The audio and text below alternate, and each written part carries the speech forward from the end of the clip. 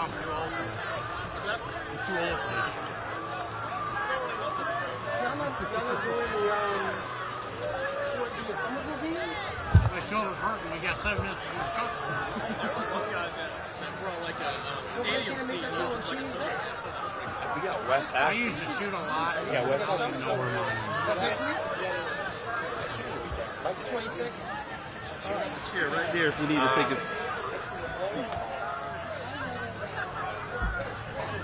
But if I could sit down and like we have, I would do it. Everyone gets a shot at it.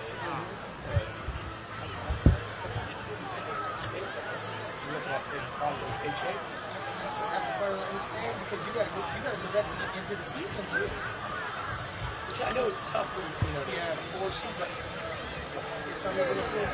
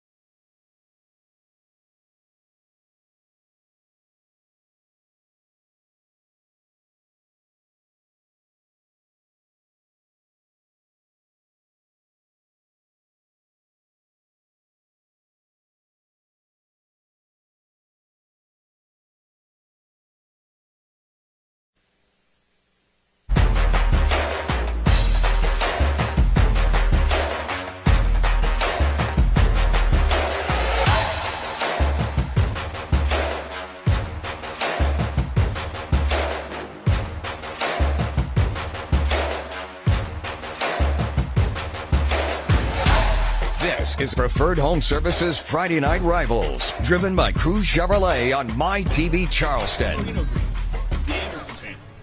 Welcome back into the Low Country. It's Preferred Home Services Friday Night Rivals, driven by Cruz Chevrolet. Jack DeLongchamp alongside my colleague Des Brown. I'm telling you right now, Des, we're at host site Bishop England High School as they play host to the Lake Marion Gators. Both teams scuffled at the gate, but region play looking to get things going tonight. What is going to be the keys for tonight for them to get it going? I think starting off is who gets a good start at the beginning of the game, controlling the clock, inserting the run game. I think if you get a good start, you have a great chance of winning this game.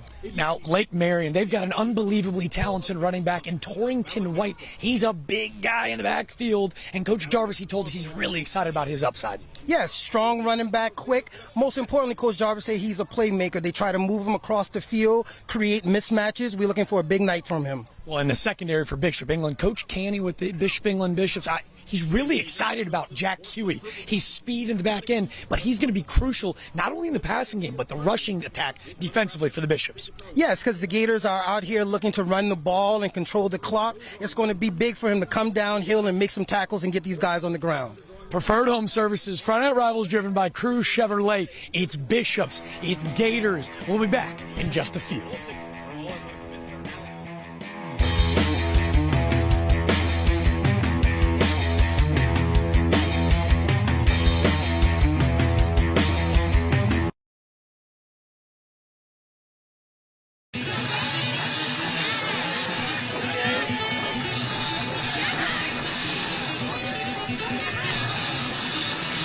Awesome. Sounds good.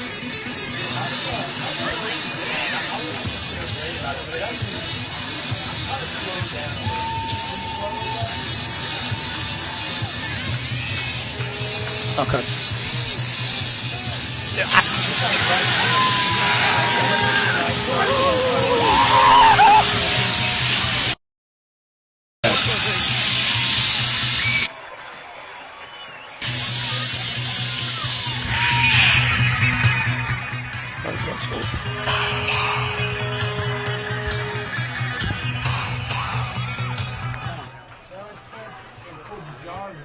Yep.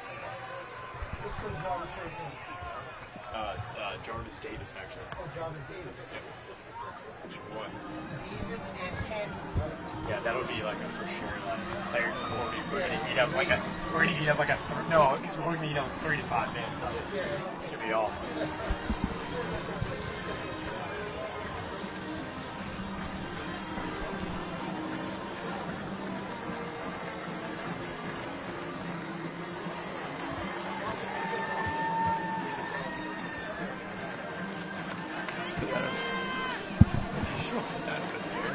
That way I've got, well, no, use it. I just, so we can go off of this guy. Yeah. It's our intro once we start. I'm going to do starting lines. I'm pretty sure. I don't know. We'll see. I don't know. Well, it's not. Am I on? Welcome back into the Low Country, where tonight's national anthem was sponsored by South Carolina Veterans, helping veterans and their families thrive.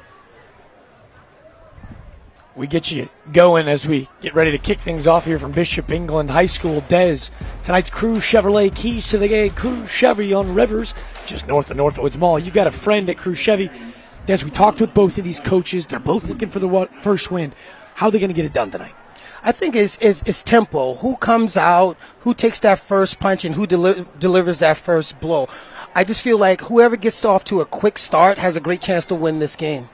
You know, Lake Marion and Coach Jarvis, he told us, if we can make the big play downfield, they got a great shot. And for Bishop England, it's all about taking care of the football. If they can get ahead early, like you mentioned, Des, they've just felt like they've climbed back into games. This is a program with a lot of tradition, success. It'll be huge for them to get out to a big start.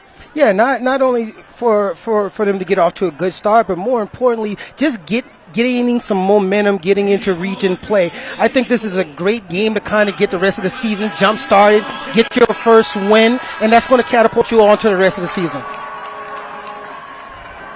Well, they're looking to catapult us into this beautiful, brisk fall night as we get ready to boot things away. Lake Marion option to receive the ball. Doing the kicking duties tonight for Bishop England is Kevin Craig. We'll speak at lengths about Craig. He's one of the most prestiged kicking prospects in the entire country. A 5-star. Offers from all Power 5 schools around the country. And as Craig readies his way, we are officially underway here from Bishop England High School. Booming kick to the back of the end zone, what could be of many touchbacks to start tonight. As we ready to welcome the Lake Marion offense, tonight's starting lineups are brought to you by Preferred Home Services. Go Preferred, the company highly referred. Tracy Snyder and Mason Miles, they're stud athletes on the outside. There's Javion Jameson getting another start at quarterback, but you talked at length kind of in our open. Torrington White's a stud. Yeah, Coach talked a lot about youth, but he talked a lot about Torrington White and just his ability to make plays all across the field. I'm very excited to see what he brings to the table tonight. As the Gators will go from shotgun, we mentioned it's Javion Jameson and shotgun. That ball's on the ground. If you were looking for a roller coaster of a night between two teams searching for their first win, the first mistake by the Gators, that snap fumbled between center Jeremiah Ravenel and Javion Jameson, and the Bishops will take over almost immediately. And we just talked about getting off to a good start, creating a turnover, getting the crowd behind you on homecoming. You're right inside scoring position. You got to find a way to get into the end zone. I misspoke. It was actually a little bit of a quarterback read.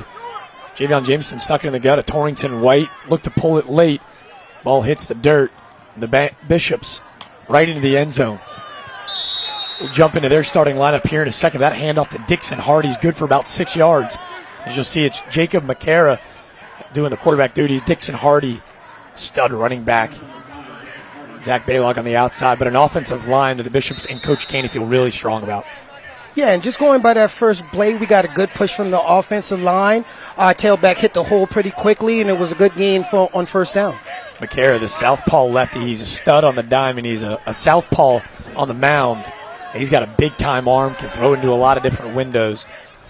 Coach Canty, who's been here since 2008 for Bishop England, is really excited about his senior running back, Dixon Hardy. Taking a look in at our head official tonight, that's Taylor Kelso. It's a little delay in game as it looks like there's a bit of a clock issue. You can see here at Bishop England High School, that clock has not ticked down. Trying to pump some more time onto it. There's still 12 minutes in. Coach Candy's actually yelling up here to us, Des, letting us know that there needs to be 11:35 on the clock. But, Jack, what a great atmosphere out here on Daniel Island, homecoming, stadium's packed, exciting night of Friday Night Lights. I told you it's Preferred Home Services. Friday Night Rivals driven by Cruz Chevrolet. And this, what was supposed to be brisk autumn night, is a steamy one. We'll see if that has any impact on the young student athletes tonight. Take a look in at the legendary head coach John Canty. He played here in the early 1990s, a quarterback and a safety. He's led the Bishops to quite the success in his tenure since 2008, and they find themselves in the TEC equipment red zone. And Coach talked a lot about Darren Bryant, and as you can see how quickly he got off the ball and made a play just now, we look to see big plays from him throughout the night. We take a look at that Lake Marion defense brought to you by Preferred Home Series. Darren Bryant, he's arguably the biggest guy on the field tonight. It's going to be tough to miss from number 50. Des, you told us he could be an absolute wrecker in the backfield tonight. Absolutely, not only with his size, but he has great speed as well, and he's getting recruited by a lot of schools around the country. The Bishops facing 3rd and 5. They opt to go back to the ground. They go back to Dixon Hardy, and he's met immediately. That was the main man up front, Darren Bryant. Bryant, a captain on this team, being recruited by Newberry, Catawba College, even taking a visit to Clemson next week. His big stop on 3rd down forces what will be the first field goal attempt of the game. Lining up the kick is number 31, Julian Mazzarulli. That ball is up, and it's good. The immediate fumble from Lake Marion gifts the Bishop 3 quick points. Julian, we told him his name, the Maserati Mazzarulli, splits the uprights, and the Bishops claim a 3-0 lead.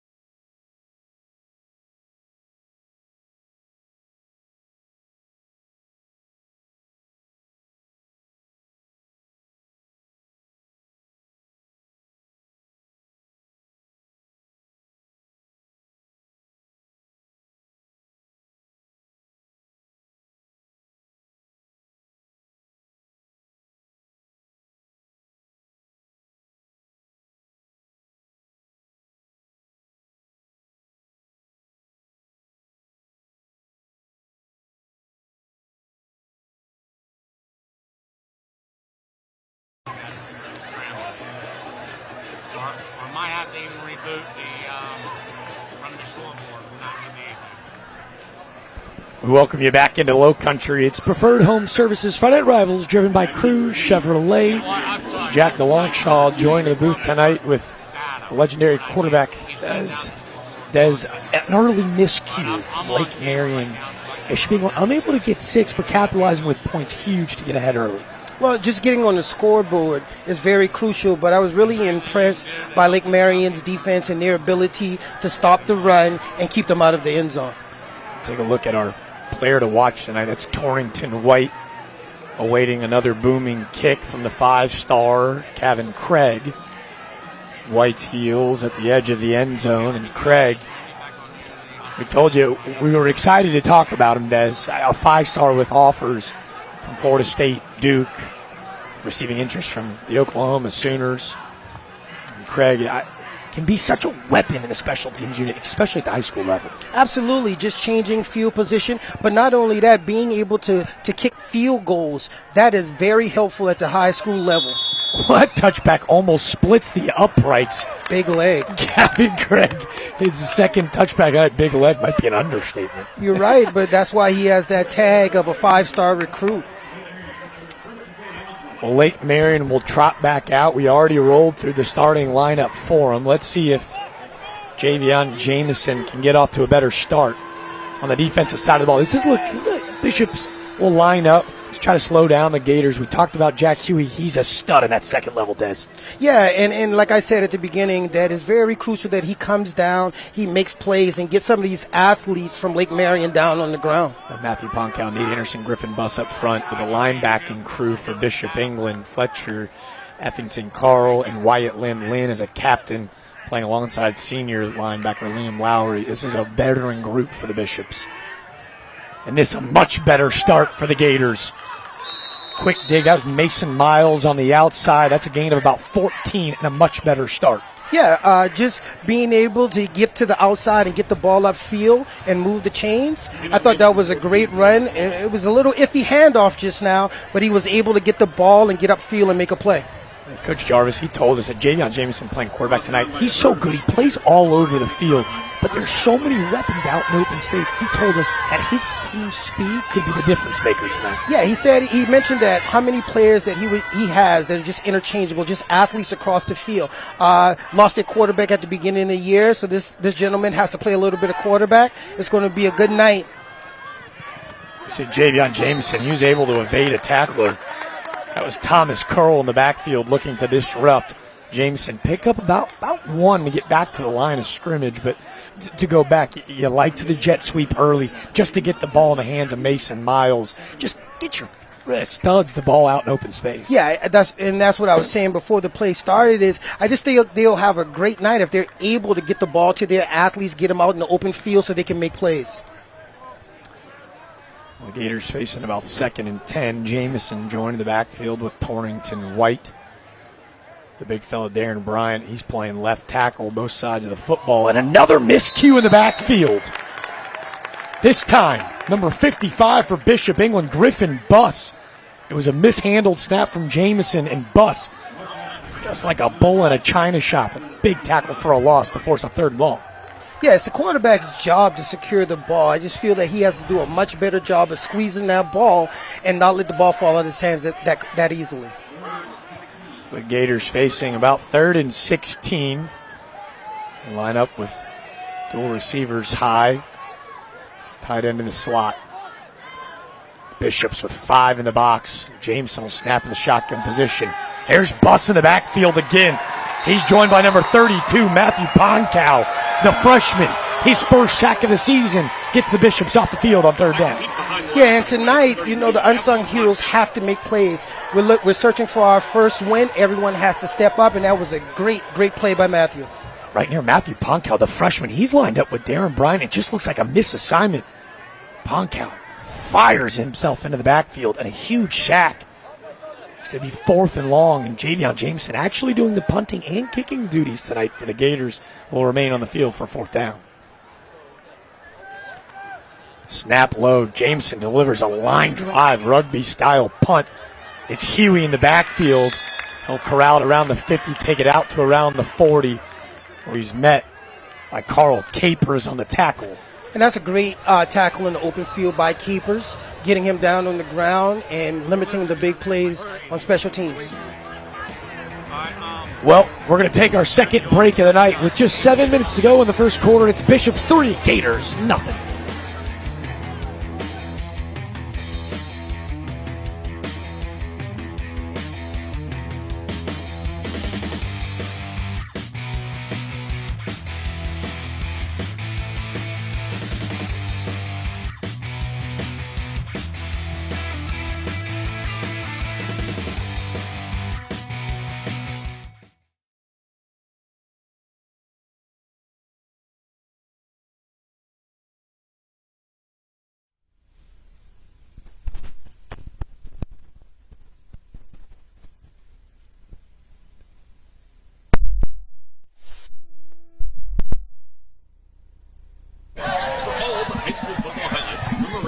Yep. 1, 2, 3, 4, 5, 6, 7, 8, 9, 10. All right, thank you.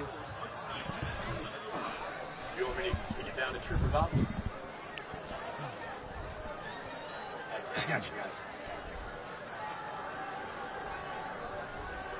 Maryland Bishops would like to recognize the following partners and sponsors of Bishop England football. The Marino Group, the Anderson. It's Preferred Home Services Friday Night Rivals, driven by Cruz Chevrolet.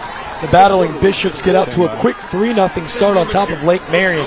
But more importantly, we introduce you to our third member of the crew, Trooper Bob, with a special guest interview. Yeah, I'm here with Lieutenant Wojo from the Charleston City Police Department. LT, folks coming out here to the game tonight, what did they need to know? Well, first of all, it's a beautiful Friday night here in Charleston, especially here on Daniel Island, and it's a great atmosphere. All the kids are here for homecoming. A lot of parents are here. But number one, just come here, have a good time, but make sure you're safe. Folks leaving at home, you're going to have folks in the road there, officers in the road directing traffic? Absolutely. There's going to be a bunch of us out there directing traffic, just making sure everyone leaves in a good, safe fashion and sending people home safely. One last thing, you know I'm Hungarian. I know you're Polish. How do you say hello in Polish at nighttime? You can say Dobry wieczór for good evening and rano for good night. If I knew Polish, I'd send it back to you guys upstairs.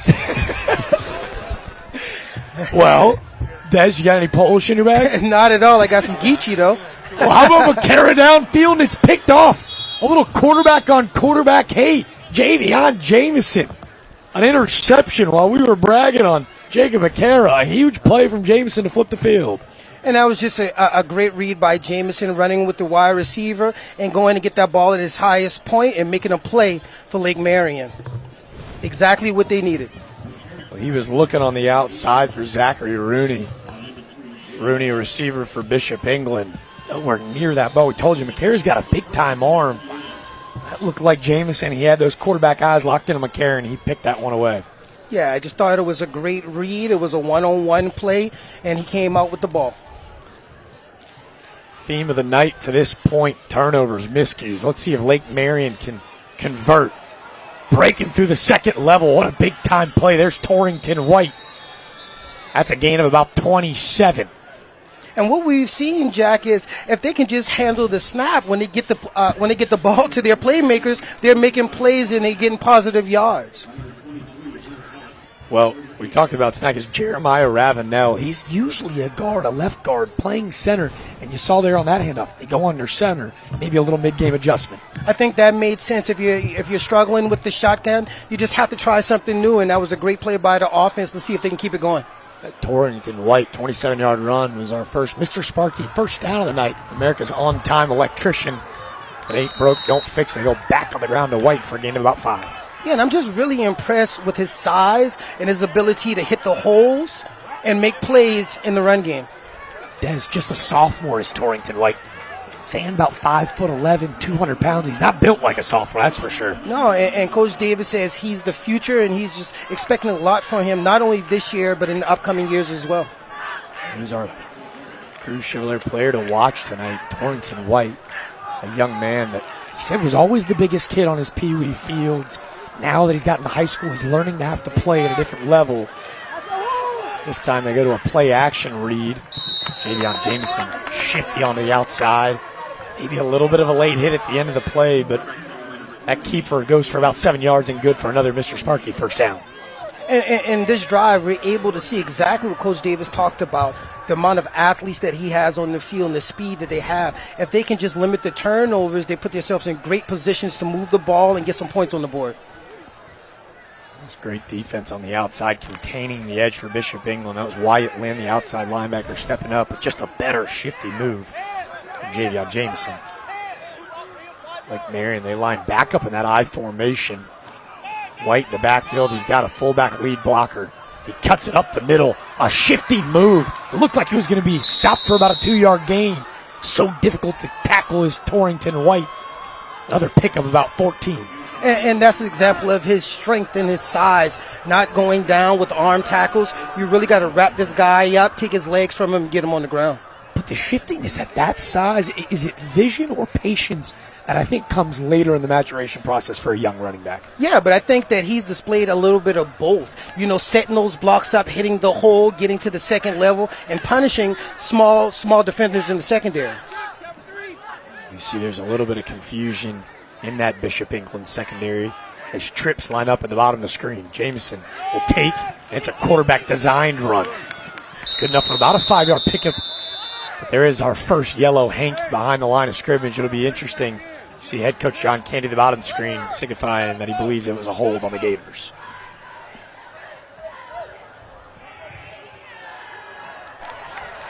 Holding. Offense. 10-yard penalty from the previous spot. Replay first down. That's head official Taylor Kelso. His crew doing a great job to this point tonight, explaining that it was a hold behind the line of scrimmage. And you know John Canty's got to be pretty excited about that yellow hanky. Absolutely. Lake Marion has shown great momentum this drive. They've been able to run the ball, and, you know, that flag certainly helped. Let's see if they can get it back rolling. The Gators pushed back to around 1st and 20. Ball spotted at around the 45. See Jamison and White in the backfield. At the bottom of the screen, that's Mason Miles, Trayvon Pauling, a captain on this team, but a guy that Coach Jarvis wanted us to really take note of. He's got another stud sophomore. Tracy Snyder, the receiver in the slot at the top of the screen, is a crazy athlete. Yeah, certainly. Coach says that he has the ability to make plays. They try to give him the ball and create mismatches with smaller secondary Illegal formation. defenders. Offense. 5-yard penalty. Still first down. I think the big thing is, as much as we've seen the changes in quarterback, just being able to find a way to get him the ball would be something that they have to figure out throughout the course of this game. Tracy Snyder, who's got a huge ceiling for the Gators, but in the meantime, another miscue penalty, this time in illegal formation. Now facing a 1st and 25. Des, it's been a great drive, but 2 back-to-back yellow hankies has got them facing quite the spot here. 1st and 25. Jameson will roll out to his right. Beats a man to the corner. Tosses downfield, and that interception's dropped. That's going to be about as easy of an interception as you're going to find. That was Nate Anderson chasing down Javion Jameson, forces the errant throw. You can see the leadership in the second, but they know that should have been the second turnover of the night. Yeah, and the quarterback just has to make a better decision. If nothing's there, throw the ball out of bounds and give the offense another opportunity to make a play. You can see he was looking for Mason Miles, and he actually had him. The throw just a bit high, almost Miles mistimed with the throw. But in the secondary, that was Andrew Pride, the senior. It's going to be an interception he knows he wishes he could have had back. He absolutely wants that one back. You have maybe some nightmares about that one later tonight? Oh, yeah, it's on TV, man. Oh, James taking another deep shot downfield. This time he's looking for Tracy Snyder. I think maybe Javion Jameson, he said, "Oh, Des, you said I'm on TV. I'm going to try to air this one out, show everybody at home how strong I am." Absolutely. I just don't think that he had an opportunity to get his feet set, and he just got rid of the ball. One coverage was Andrew Pride and Jack Huey. Huey's roaming that secondary as almost a hybrid in that nickel defense. He plays a lot of strong safety, and he's going to give Javion Jameson a lot to think about tonight. Yeah, and I just think Bishop England's secondary is doing a great job. But not only that, the defensive line is getting pressure on the quarterback and just making him uncomfortable in the pocket. Well, Des, they dominated on the ground, picked up about 60 yards before those back-to-back penalties forced. A 1st and long, 2nd and long. It changes the game plan schematically a bit. Absolutely. And when you don't have a quarterback right now that you can rely on to pass the ball, you have to limit those mistakes and keep those flags off the ground. Jameson eludes the pressure and bounces it out to the left. It's a pickup of about 15 to get him to the original line of scrimmage. Again, that's where Jameson, I think, is his elusiveness. I think his field vision, where growing as a passer, as a quarterback, but you can see unbelievable athlete. Oh, yeah, just quick, shifty, able to make plays with his legs. But I think it's very important that Bishop England keeps him inside the pocket and kind of force him to throw the ball. Let's see if he can beat us with his arm. We see what he can do with his legs. Let's see if he can beat us with his arm. Get that awesome Cruise Chevrolet replay. Great camera work and work in our booth. Our director slowing things down. You can see the shifty breaking ankles. Here's Javion Jameson. He'll put that one on his highlight reel. 4th and 10. He's looking for another highlight reel play. He's looking for Miles. Miles comes back to the football. They're going to say it's incomplete. He's distraught. Thought he got the hands underneath. And it'll be a turnover on downs. And right now, Jameson is just not getting his feet up under him, and that's why we're seeing a lot of the balls underthrown. He has to be able to sit on that back foot and let that ball go. That might have been a catch. I was going to say, you can hear both of us holding our breath at home. Yes. It was line judge, Henry Williams. He's obviously got the best seat in the house, but our incredible Cruz Chevrolet replay team, Mason Miles, coming back to the football. It was close. Yeah, great job by Bishop England's defense, having that bend, don't break attitude. They did a great job keeping Lake Marion out of the end zone. 3:08 left in the first quarter. A little bit of a slow motion play. A little miscommunication in the backfield. Jacob McCara looking for Dixon Hardy. He looks to hand it off to the left. Hardy was thinking to the right.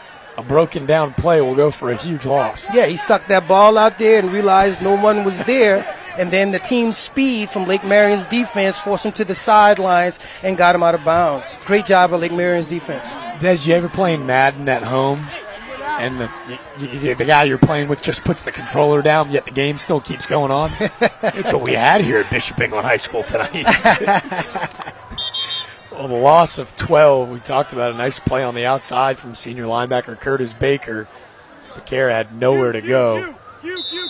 Battling Bishops, looking to gain back the little ground here on 2nd and 22, and they'll go do a little bit of a wildcat formation as Dixon Hardy awaits the snap. Hardy looking for a hole, bounces it to the outside, and he's met by a flurry of white helmets. Again, Darren Bryant seems to be on every defensive play at the beginning of this game, showing great strength, speed, find a way to get to the ball carriers, and when he touches you, you're going down. You see Dixon Hardy, the senior running back, plays on both sides of the football, and Coach Canty said, Dixon Hardy's one of those kids that, like, every coach's dream, like his ability in the weight room, next level. We're hoping his leadership is an X factor tonight.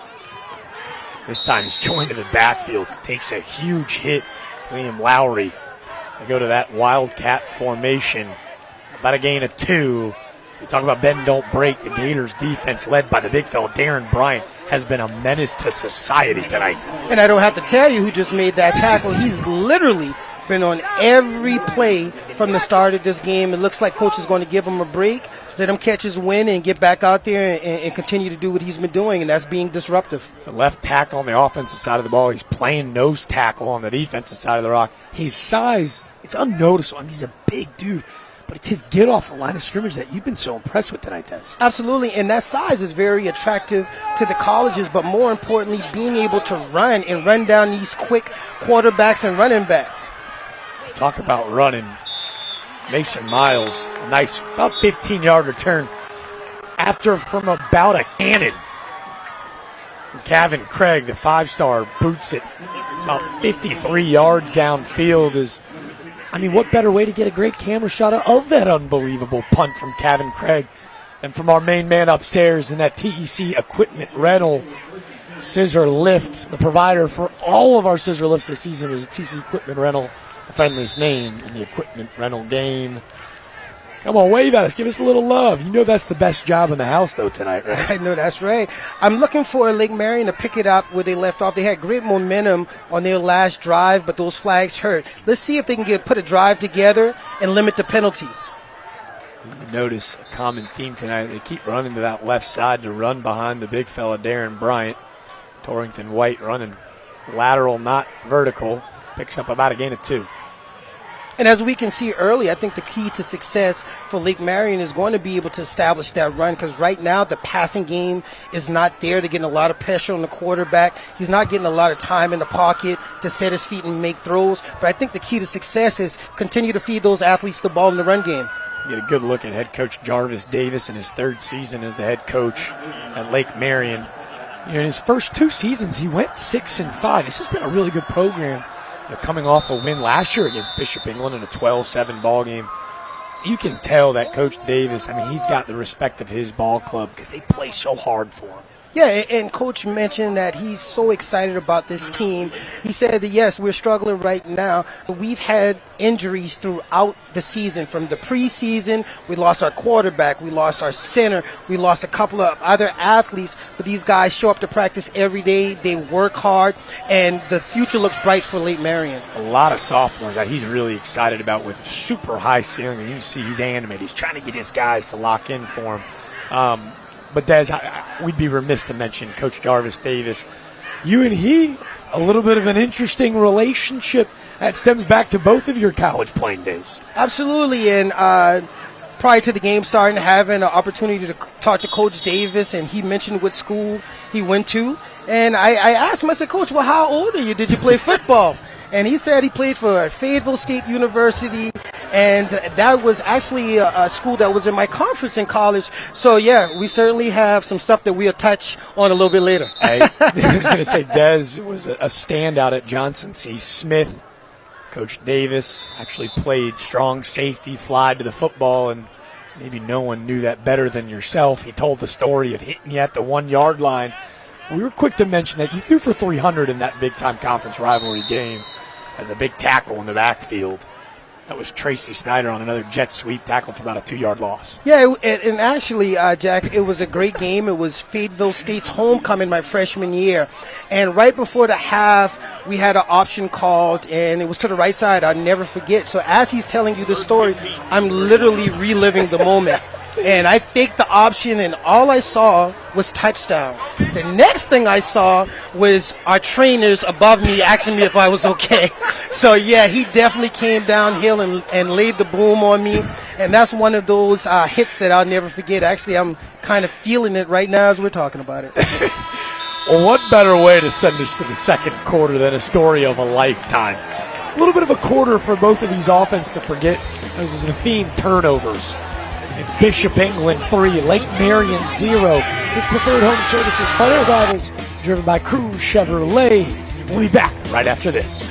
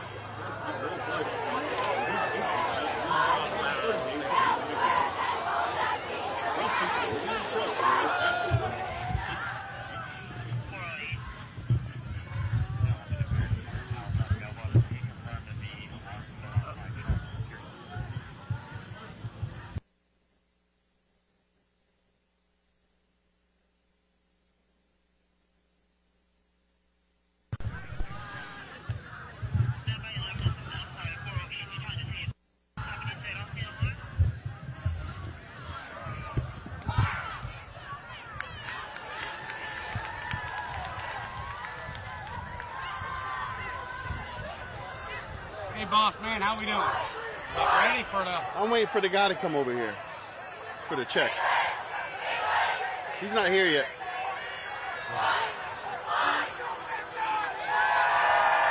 Okay, we're good. I'll follow you. Nah, I'll follow you. Don't worry about it. You do your job, bro.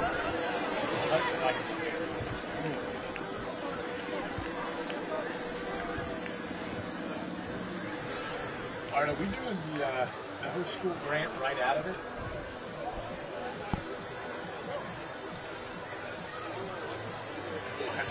I'll keep an eye on it.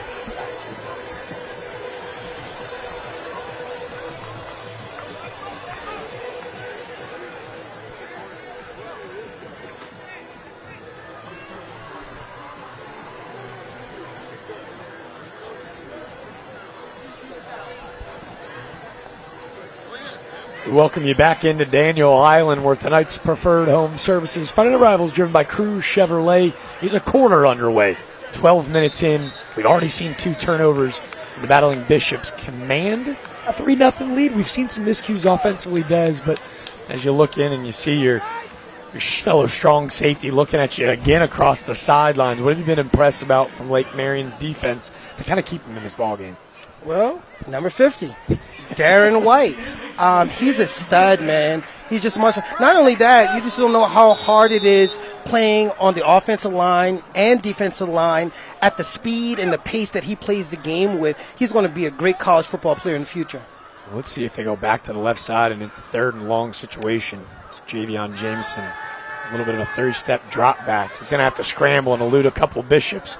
Rolls out to his right, looking for his tight end downfield. That was Mason Miles again. It's going to be just a 2-yard game anyways. But, man, the Bishops, they're stunting a lot of different looks defensively, but that blitz is going to allow them to get off the field. Absolutely, and that pressure is just getting to Jameson. Not that much experience at the quarterback position. You can see a little bit with the happy feet in the pocket. He's trying to find a way to get out and make plays with his legs. But at the end of the day, if he can find a way to sit in that pocket, read the defense, and make some throws, wide receivers are open. We just have to find a way to get the boys the ball. We saw kind of a cool moment at the end of that play. Javion Jameson knocked out of bounds by Zachary Baylock. Baylock, who plays receiver for the Bishops as well. As Jameson booms one away.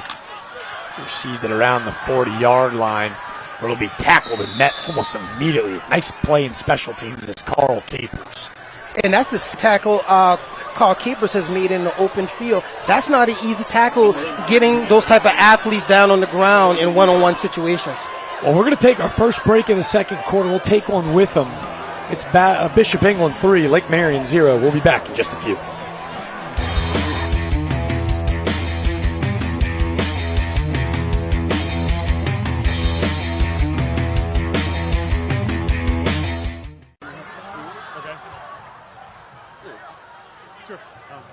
I'll figure it out. Cool. And then we'll go to players. They'll come back. And then ask So, and I'm going to say, all right, so we want to go ahead and talk to them real quick. We're in a break. all right, we're down on the field. We're ready to go.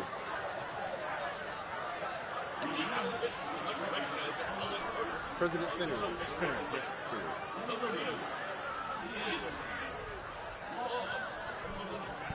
Principal to president. That's right.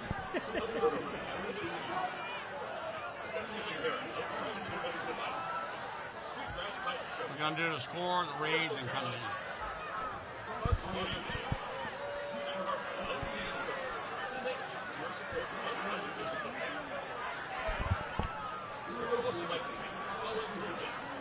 .11:39 left in the second quarter, and Bishop England leads 3-0, which leads us to our host school grant brought to you by Preferred Home Services.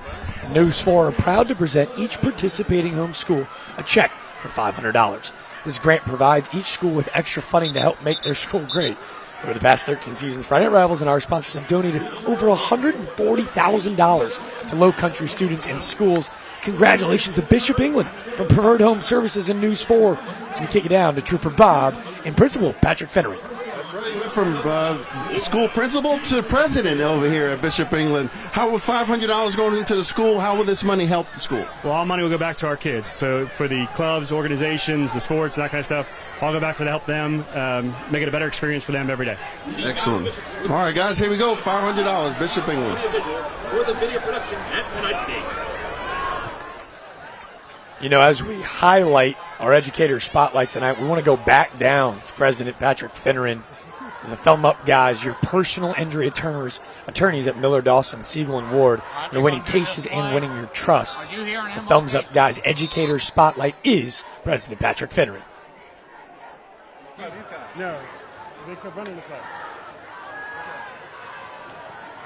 McCara airs it out downfield. Patrick Finneran, he must have known that the Bishops were up to something good.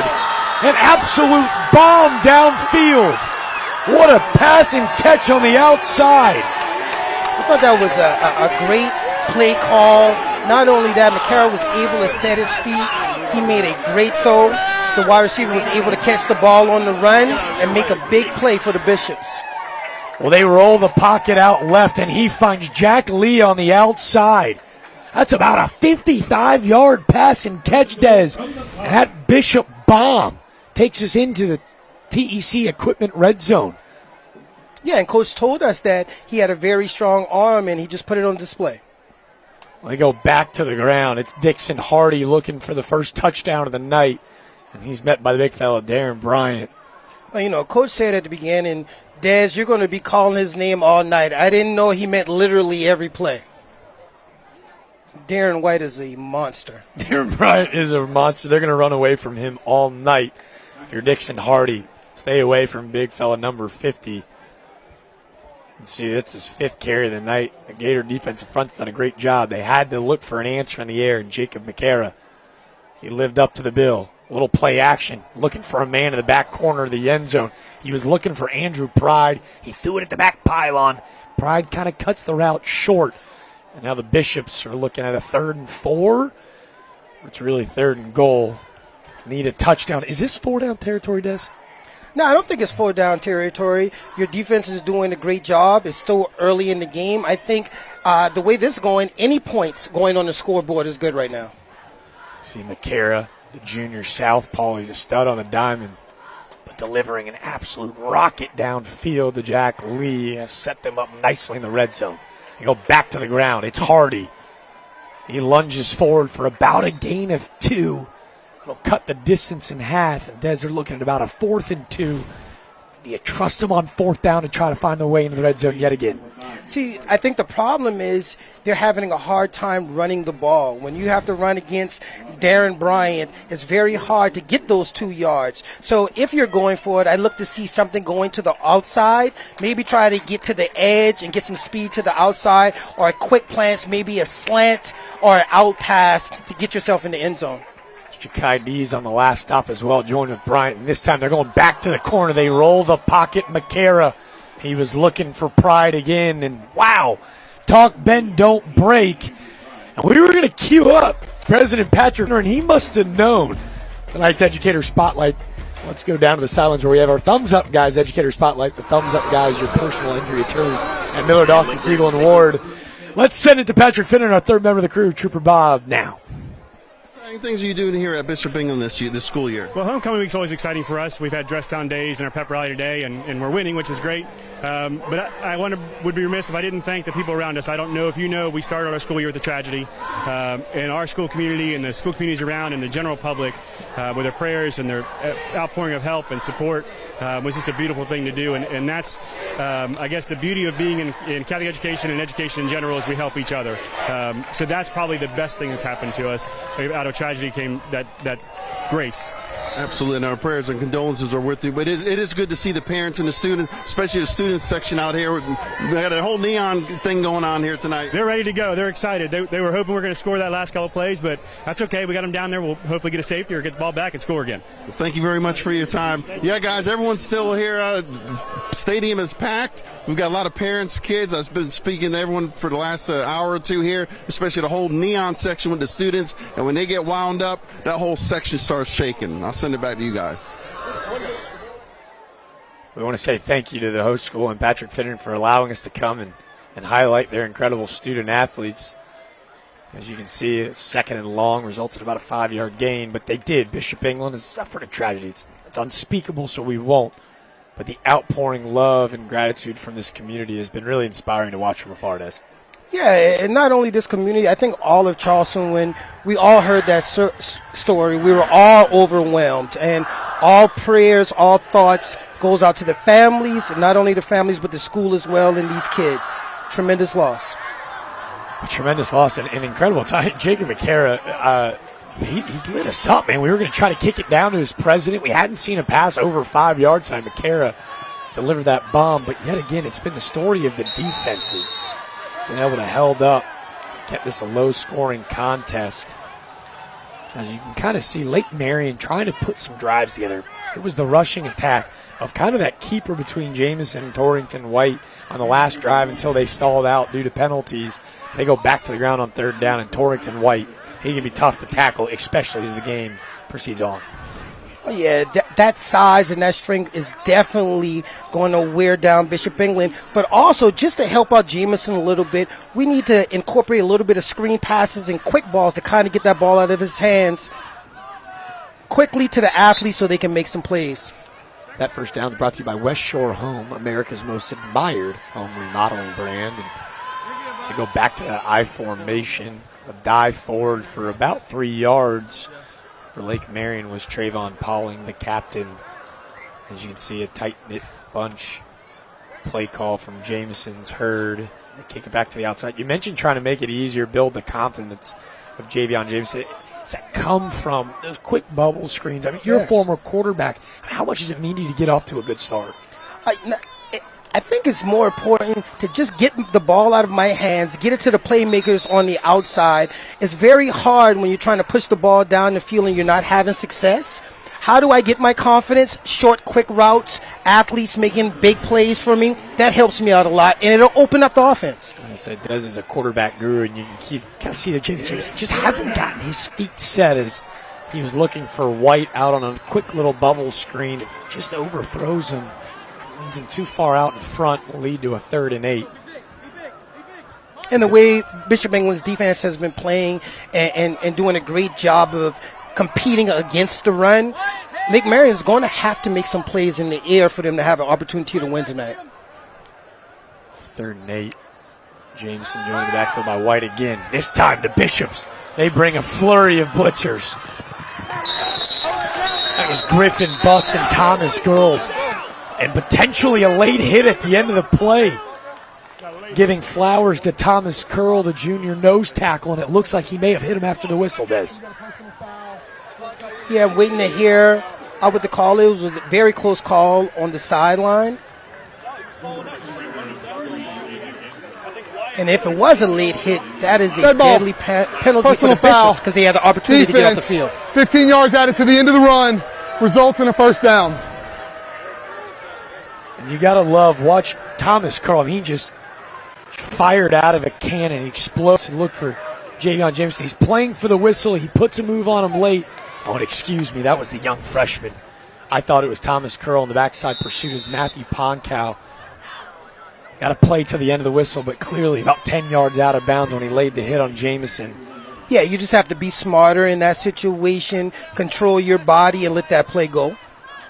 A youthful play from Ponkow will give Lake Marion another West Shore home 1st down. This time they're going to pitch it to the outside. It's Torrington White.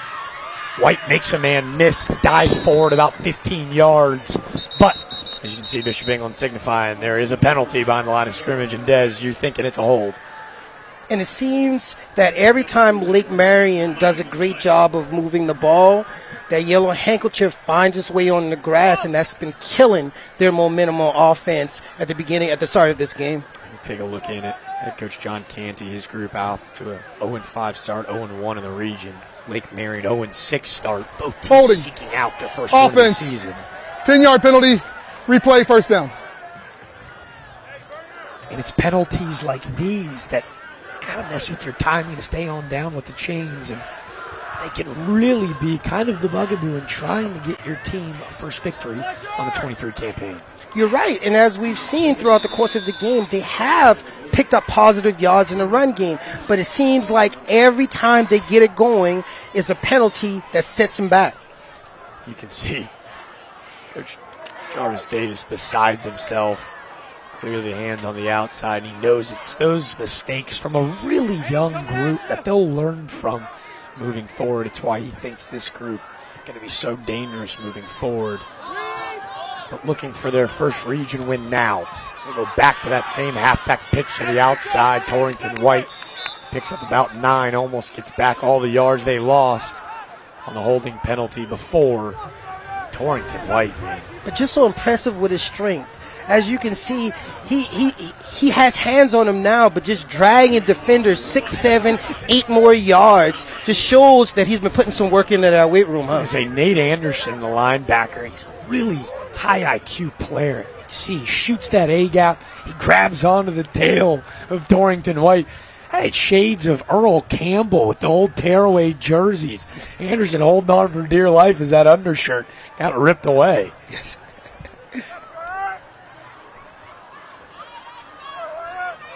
Second and 11. 6:32 left in the second quarter.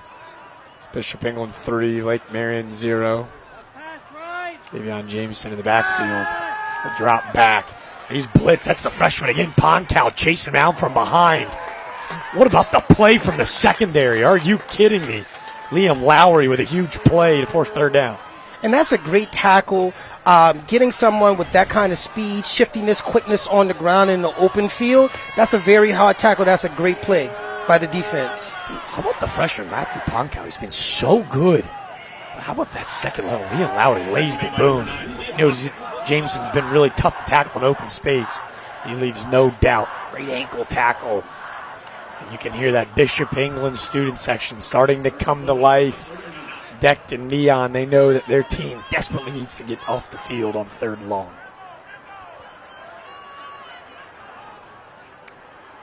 Jameson, high snap, got a little bit of time. He rolls out to his left. He's looking for Miles downfield, and he's got him. 2 steps in. Mason Miles, the junior, goes up and pinpoints what seemed to be a 3rd and long Hail Mary to continue an unreal drive for the Gators as they try to get back in this game. And like we talked about at the beginning of the game, the speed of Lake Marion right now is just a one-on-one. You just go by this guy, I'm going to throw it up, I'm going to give you an opportunity, and the best athlete came down with the ball. I couldn't control my enthusiasm. I know we got a lot of ball game left.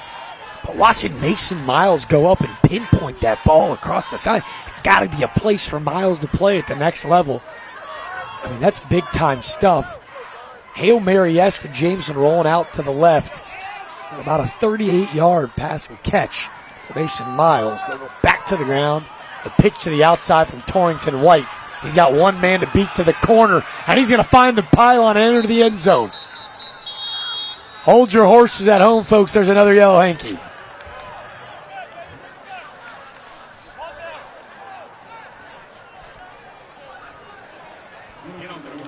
We hold our breath upstairs as it looks like everyone's heading 10 yards behind the line of scrimmage, as it looks like there's another fatal holding call. Holding. I know it sounds like Offense. 10-yard penalty from the previous spot. Replay first down. And I know it may sound like just a broken record because we've said it over and over throughout the course of this game. We have to find a way to limit the penalties, but they're just killing the momentum of these great drives that Lake Marion are putting together. How many times have we seen Torrington White beat the edge to the corner, burn a man, and this time it's going to take 6 points off the board. Which Jarvis Davis beside himself. The mistakes tonight starting to pile up, beginning with really that first snap of the game that resulted in 3 points, or we'd be at a deadlocked heat at 0-0. And how about that play? I don't know if Torrington White was trying to jump the linebacker. That was Fletcher Effington Carl. A nice play in the A-gap. That was just man-on-man strength right there in the A-gap. Yeah, and it just kind of remind me of a guy I used to play with back in the day from James Allen High School, Marlo Walker. Same size, same type of athlete, but he would literally hurdle you as you were standing straight up and continue to run. He was an absolute beast back in the 90s. Shout out to Marlo Walker, James Allen High School stud. Come on, that's why you're a low country legend. I'm right telling there. you, man. The recall, come on. Great play in the middle by middle linebacker Fletcher Carl.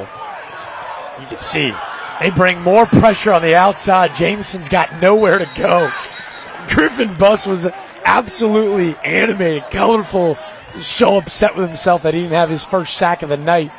A missed tackle leads to nothing as Jameson will be tackled for about a 4-yard loss. This Bishop England defense, they've been really creative in how they've attacked the passer. You know, every time you face a John Canty team, you're up for it. It becomes chess, not checkers. And a lot of these linemen for Lake Marion are going both ways, and you can kind of see the fatigue setting in. They're getting a lot of pressure from Bishop England's defensive line, and they just got to hold tall and give their athletes an opportunity to make plays. So in that backfield, you see Liam Lockery, the outside linebacker, the senior. He's been so good, instrumental on this drive. You've seen him line up in the slot, in the backfield constantly. Liam Lockery, he's giving Javion Jameson something to really think about. They go to a little bit of an option play. Bishop England all over it. Thomas Curl. He meets White in the backfield for about a 3-yard loss. We're saying Thomas Curl because he gets the tackle, but credit a flurry of about 4 or 5 Bishops in that Gator backfield. And that's exactly what the Bishops have to do to get Torian White down. It's not a one-man assignment. It takes 10, 11 hats to the ball, and that's exactly what we saw just now. Ball Also in the backfield, Zachary Hanel and 2. Griffin Buss. We've raved about Darren Bryant, the size of the left tackle and nose tackle for the Gators, but man, let me tell you what, Griffin Buss has been just as impressive in that battling Bishop D-line as they forced a 4th and a mile. Javion Jameson is on to punt. Timeout, Lake Marion. Well, timeout from Lake Marion to avoid the delay of game, and we'll take a timeout with them. Don't go anywhere. 3:30 to go in the second quarter. Bishop England 3. Lake Marion Gators still a goose egg.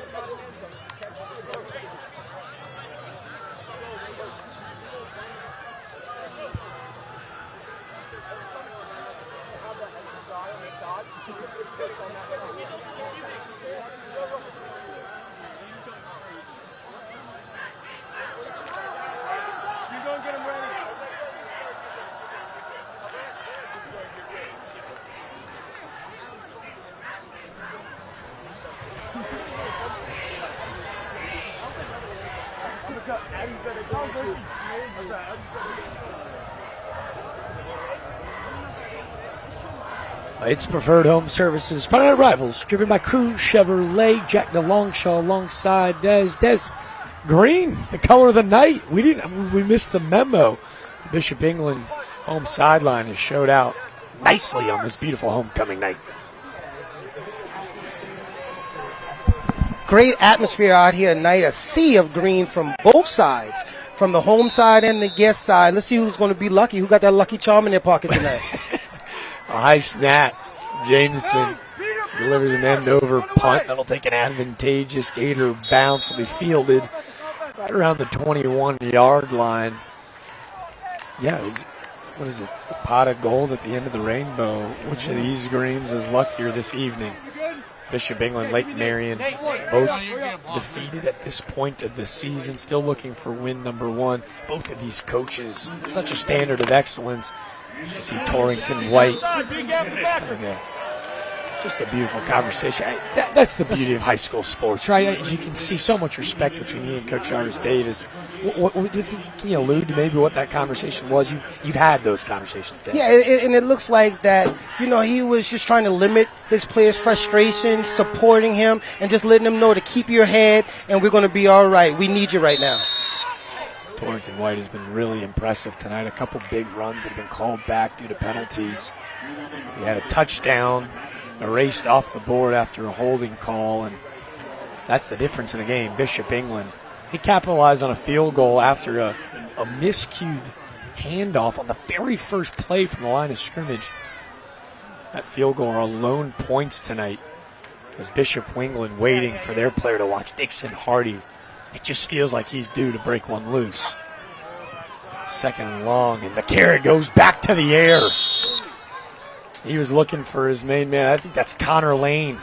Lane right up the middle of the seam, but a better play in the secondary from Mason Miles. Yeah, it was a great throw by McNamara, but an even better play by Mason Miles, getting his hands in there and separating the receiver from the ball.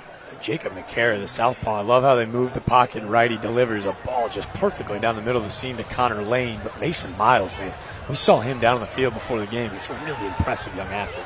Yeah, nice size, able to cover the whole field. Seen him both sides of the game. They got a little bit of a play action. Our camera guys bit for it, so did I. I think the whole ballpark was looking for the screen at the bottom. And they go to Dixon Hardy. Hardy with a nice 13-yard gain and a huge West Shore home first down. And that was just a great run by Hardy, starting it off a little slow, letting his blocks develop, and just getting that extra burst to gain those yards. A nice cutback and finding 5-10 extra yards after contact. Got to shout out Griffin Buss, too. We told you on the defensive front, but the right guard, they pull him to the left side. He broke open the seam, so Dixon Hardy can pick up that first down and continue the drive. This time McCara rolls out to his left, and he misses. Zach Baylog on the outside to throw errant and high with just 2:07 left to go in the second quarter. You know, head coach John Canty, who's been here since 2008, he's got his team ready for this 2-minute drill, excuse me. Yeah, and this is something that they practiced throughout the week. He's comfortable with his senior quarterback and his ability to make plays in the 2-minute drill. Here goes the play action. Rolling out to the left and airs it out downfield. He was looking for Zachary Rooney, and it's going to be picked off. I think we're waiting on a decision on that far sidelines, but I'm being told by my director, Russ, I think he was actually out of bounds. I don't think Javion Jameson was looking for his second interception of the night. I don't think he got that foot in bounds, Des. Yeah, it's close. It was a close call, but it was just a great athletic play going over the top and coming down with that ball. And ooh, looks like he might have got that foot down again, Jack. I was going to say, they've got a far better view. That was line judge Henry Williams on the far sideline. And that throw just had a little bit too much air on it. That's one of those balls that you got to kind of zip in there and give your wide receiver an opportunity. Well, 3rd and 10, they'll stay away from danger yet again. McCara opts to hand it off to Hardy. A pickup of about 6, not enough for a first down. John Canty's got a decision to make. Well, this is certainly time to punt the ball. A minute and 37 on the clock. You want to make sure that you give Lake Marion the ball down the field. You don't want to give them a short field right before the half with an opportunity to score the ball. He's got a 5-star punter in his back pocket. Kevin Craig is roaming behind him. So Coach Canty has a conversation with his offensive coordinator, former stand-up Leo Albano. It appears they were just going to run that clock, milk it down, and send the special teams unit out. I think that's a smart decision. It's just not the right play to try to go for that with the field position that you have. Your defense has been doing a great job all half, holding Lake Marion to 0 points. We don't want to make it easy for them. Our Bishop England student section fan cam, they were giddy at maybe the thought of leaving the offense out, but the smart, wise decision to send out your lethal weapon. That is Kevin Craig. But one thing I will tell you, Jack, if I was Bishop England right there, I would have lined up in my offensive formation just to see if I could draw Lake Marion off sides, because they've shown a lack of discipline with all the penalties they've had in the first half. With it being 4th and 4, that would have been a great opportunity to try to drive them offside with a long count. McCara, a junior quarterback, still learning the offense. In the second half, we'll talk more about offensive coordinator for John Canty. It's Leo Albano. You want to talk about record books here at Bishop England. Albano, well, he rewrote all of them. The former Notre Dame letterman, Albano, is so crucial to the fabric of Bishop England football. Now in his second season in the OC, he's starting to shift it, coach up the youth. As Kevin Craig delivers just an absolute bomb downfield. He fielded around the 16-yard line, good enough for about a 44-yard punt to flip the field, and that's where the Gators will take over. Well, what an amazing story from Coach. Coming from Bishop England High School, making it and playing at Notre Dame and wearing that gold helmet, it's just a lot of hard work to be able to put yourself in position to show up on Saturdays at Notre Dame and contribute to a team like that. You know, I was lucky enough to grow up in the Charleston area when Leo Albano was rewriting all those history books. All-state selection in 3 different sports, Des. We told you he goes on to walk on at Notre Dame, gets a lot of times in the special teams unit, and now to be able to come back and give back to the school that gave him so much, it's been inspiring, I think, to a lot of people in the low country. Inspiring to myself, man. It just lets you know that anything is possible. Well, Torrington White saying, hey, guys, anything is possible. A minute left. Hand it to me at my own 15. I got a shot to go score. A pickup of about 10 will move the chains. Another West Shore home first down. I mean, that clock under a minute, Des, do you get aggressive? Do you take a couple shots downfield to try to go steal some points? No, right now, as you can see, that the passing game hasn't been that great for them in this first half. I think they're making the right decision by running the ball and just trying to get into the second half of this game down 3-0. Nice play on the outside. It was Griffin Bus containing the corner. As you can see, Jarvis Davis kind of consoling it. Again, Torrington White, another personal conversation to just, hey, man, we got a second half of football, right? We kind of got them right where you want them to be able to walk away into this halftime. Only down 3 with the mistakes they've made offensively. You got to feel pretty good about yourself. Yeah, coach is doing a great job of keeping his head in the game, but you can also understand his frustration as hard as he's running, as much of the load he's expected to carry, and just the mistakes that the offense has made in the first half. But, keep your head, just like coach says. We have a whole another half of football, and we're expecting big things from you in the second half. Well, that Neon student section is pretty exhilarated that they called a timeout on second down. They've still got 2 more in their back pocket. Do you see John Kennedy being super aggressive? If they can get a stop and try to force the ball back, they know they've got a weapon in the kicking game. For 45 seconds, that clock just kind of got booted back up, put some more time on. It ran off after the timeout. And they bring out an all-out blitz. Javion Jameson, he throws at him, and he finds Mason Miles. Miles makes a man beat. He's heading to the pylon. A touchdown. Our first Trident technical touchdown of the night is a Hail Mary heave from Javion Jameson to Mason Miles. My, oh my, Mason Miles continue to show out for Orangeburg County. And yeah, he's showed the ability, if you just give him an opportunity by getting ball in the air, that he's a superior athlete. He comes down with the ball, and he can get to the end zone when given the opportunity. That was a really gutsy call by the offensive coordinator. But one thing I do understand, when you don't have any wins this year, you're playing to win, and that's exactly what he did. The Gators playing with house money. They're actually lined up right now to go for 2. Jameson joined in the backfield with Torrington White. Miles at the bottom of your screen. The snap clean. Jameson holds, looking for the corner. He was looking for his man, Trayvon Pauling, and deflected in the backfield. And I think when they go into this halftime, Coach Davis is going to do a lot of talking with the offensive line and just make sure that they understand that they just have to do a better job of buying more time and allowing our quarterback to get his feet set to make plays down the field. We got a nice tight hero shot of Zachary Hanel as he exited the field. There was a great play on that 2-point conversion to block it up. That PBU might be something to hold on to as it keeps it at just a field goal game. Yeah, and that's when the 5-star kicker comes into play, because you have someone that can make those extra points and field goals. And as we can see by Lake Marion going for 2 after scoring a touchdown, they don't have confidence in kicking that extra point. You see John Canty, they brought an all-out blitz. They wanted to put the pressure on Javion Jameson. Calm, cool, and collected. He delivers an absolute rifle downfield. Mason Miles high points the ball, had a man to beat. Hunter Alex takes a great line at him, but Mason Miles, not only the size to go up and get it, the athleticism jump over the defender, but the speed. At that size, the speed. We said it early in the game. My, oh my, Mason Miles, a splendid athlete.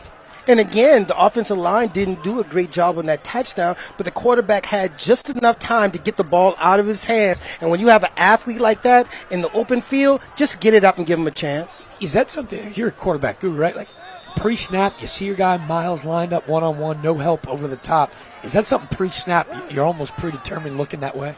Yeah, you're looking at your matchup, and if you're looking to that side and you see him lined up on a smaller defender, you have to give him an opportunity to make a play on the ball. And just my experience of being a quarterback and dealing with really good, great wide receivers, they don't care about the offensive line.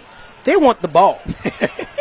They want the ball. My younger brother, Craig Brown, was my wide receiver a couple of years in high school and college, and he would come back to the huddle. He don't care if I got sacked. He don't care if I was under pressure. He would look at me and just say, hey, throw me the ball. Keyshawn Johnson. Give me the ball. I love that, man. Yeah, man, that's wide receivers, but that's what makes them special, because they know when given the opportunity, they know that they can make plays, and sometimes as a quarterback, you just got to give them that chance. In the meantime, there's actually an offsides on the initial kickoff from Javion Jameson. Let's see if Bishop England can do something with the incredible field position they had. That was Zachary Rooney on the return. He takes it out to around the 42. Do you take a shot now? We said, hey, Lake Marion, they got to roll into halftime, down 3, got to feel really good about themselves. They hit us with a bomb. With Jacob McCarroll, we've seen his ability to air it out downfield, an interception in the first half. But with 22 to go and 2 timeouts, got to imagine that they try to get it within at least field goal range to send it to halftime all tied up. Yeah, I would take a shot because right now the defense may be thinking that we're just going to run this clock out, but it looks like they're in a neo formation and they're going to be okay with 6-3 going into the half. And so we see them line up in victory formation. Both teams looking for their first victory as the clock dwindles down to halftime. Head coach John Canty will have some words for his battling Bishops. The bomb from Javion Jamison. Mason Miles, our lone touchdown of the first half. A field goal early as we wait for our third member of the crew, Trooper Bob, who's got to be just ecstatic, is head coach Jarvis Davis. We're waiting. Trooper Bob as it looks like Coach Davis is making his way across the field. Just 24 minutes away from the Gators' first win. We'll send it down to Trooper Bob and Coach Davis to hear his thoughts on how the first half went. Hey, Coach, you got a touchdown right before about a minute left in the half. You were able to do that. Your defense is able to hold Bishop England to 3 points. Are you happy with your team's performance so far? Real happy. We had a couple of penalties, mistakes on our part, so we cut back on the penalties. Hopefully we can get this thing, the lead bigger than what it is. We got to cut back on the mistakes we're making. What would you like to see more of in the second half that you didn't see in the first? Just more intensity, more getting to the ball on defense, taking care of the ball on offense, making plays. We're missing a couple blocks that's hurting us when we're trying to run the ball. But for the most part, they're doing pretty good, just trying to get more intensity. Coach, thank you for your time. Best of luck in the second half. Thank you. Hey, this was exciting, especially you should have heard the crowd erupt over this touchdown with less than a minute left in the half. A lot of football game left. Still got a second half to go. We'll catch it. Let's send it back to you guys. Well, if I'm Jarvis Davis, I'm ecstatic as well. His Gators, just 24 minutes away, a last-minute touchdown from Jamison to Miles has got them up, trying to spoil Bishop England's homecoming night. It's Lake Marion 6, the Battling Bishops 3. We're going to head to halftime and come back with a halftime report.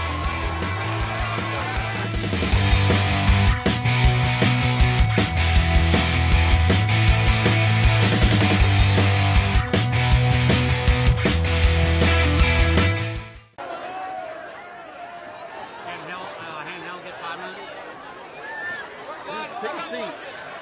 Take a seat. You want Gatorade or water? No, I'm good. I gotta go up and get a couple more batteries.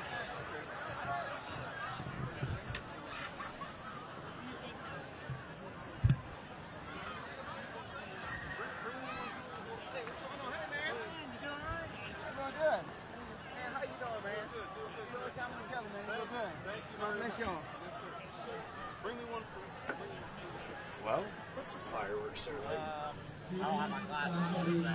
All right, I got it. Every one of these right here are brand new. So we'll kind of wait, and I think you'll be good. You think I'm all right with 2 bars for the game? Yeah, we'll keep an eye on it. Like I said, every one of them in here is good. The ones right here are bad. Well, I was getting Cameron batteries, so.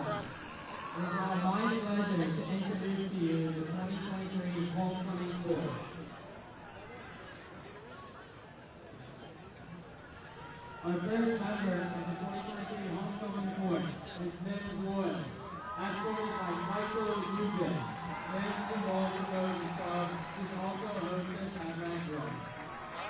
The next member of the homecoming court is Summer Valvallo, escorted by Jay Harris. Summer involved the Drama Club, Band of Buddies, Photography Club.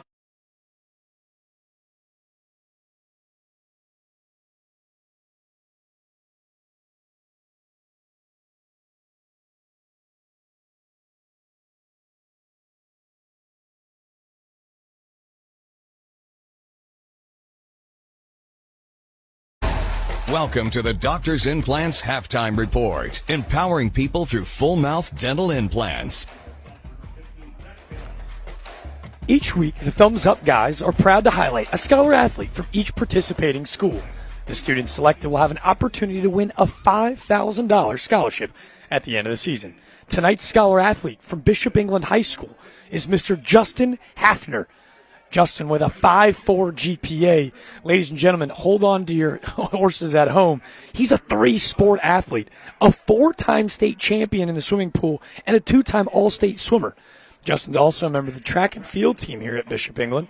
Finished first in the 1,600 meter this and last year, first in the 3,200 meter in 2022 and 2021. And Justin's also a member of the cross-country team, where he finished first in 22 and first in 2021 as well. A personal record of 15 minutes is also a school record here at Bishop England. As you can tell, Justin might be the most conditioned runner and swimmer in the state of South Carolina. And to boot, in the community, he's a volunteer for the Daniel Island swim team, a Heroes Run volunteer as well, and also works down at the Waters Mission International program. Kudos to you, Justin. Congratulations.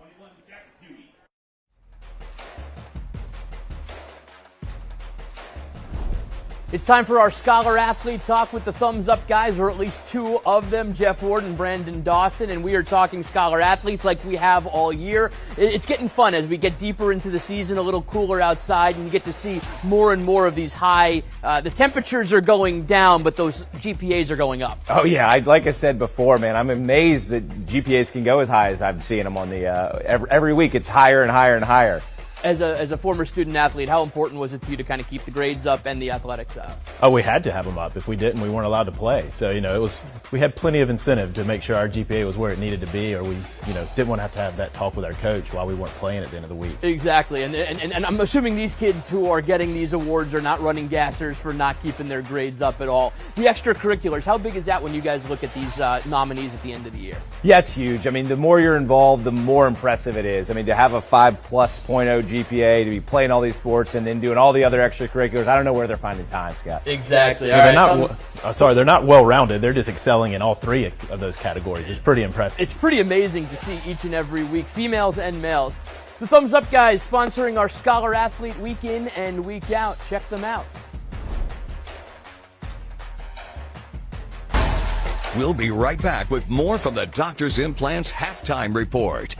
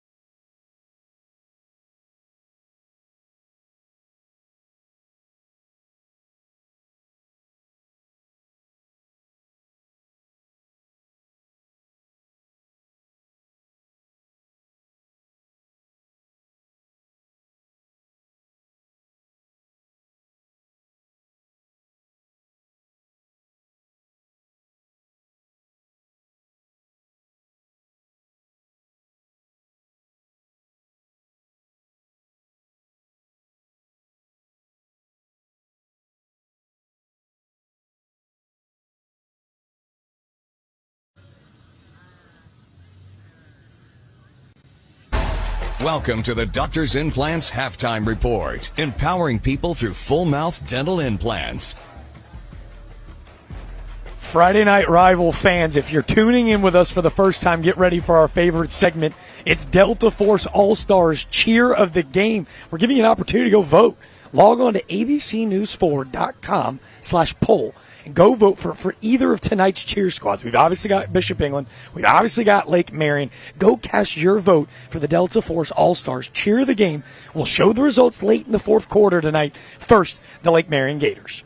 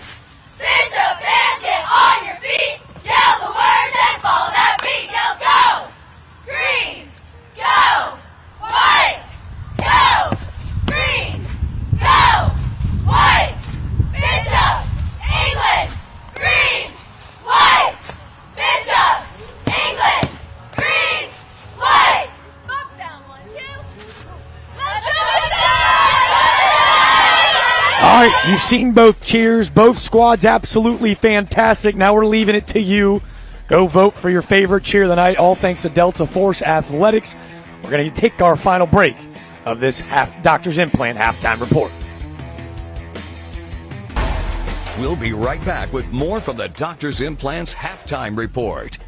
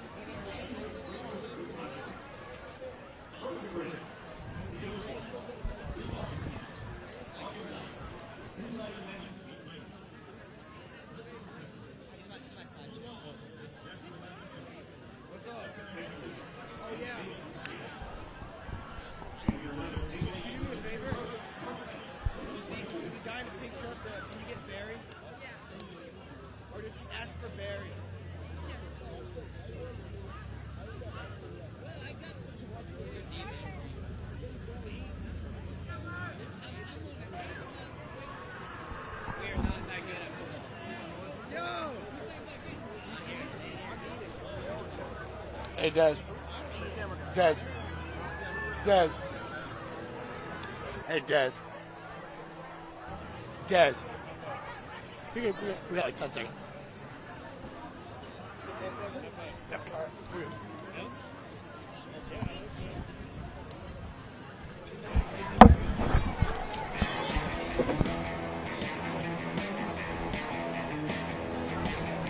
We welcome you back into Daniel Island, Low Country. It's got a good one on hand. It's Preferred Home Services, Front of Rivals, driven by Cruz Chevrolet. Jack DeLongshaw alongside my colleague Des Brown. It was a quiet first half. Yeah. Mistakes ridden, but a huge play for Mason Miles as we dive into these stats. Des, what kind of stands out to you? What's been the X factor and kind of allowing Lake Marion back into this game?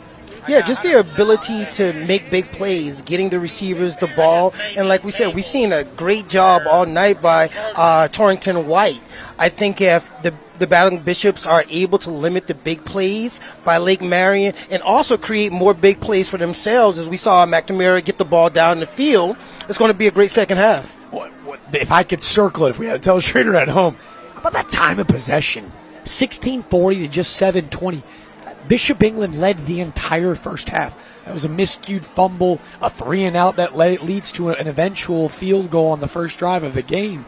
They led the whole first half, but Lake Marion kind of dominated on both sides in the trenches, and that's why I think they find themselves out in front and really dominated that time of possession as well. Yeah, and Lake Marion is just doing a much better job of rushing the ball. What's killing Lake Marion is those penalties. They've been able to push the ball, move the ball down the field, but they have to limit those penalties going into the second half. Well, you can see 5 penalties to just 1 for Bishop England. We talked to Jarvis Davis. It was our Crew Chevrolet key to the game.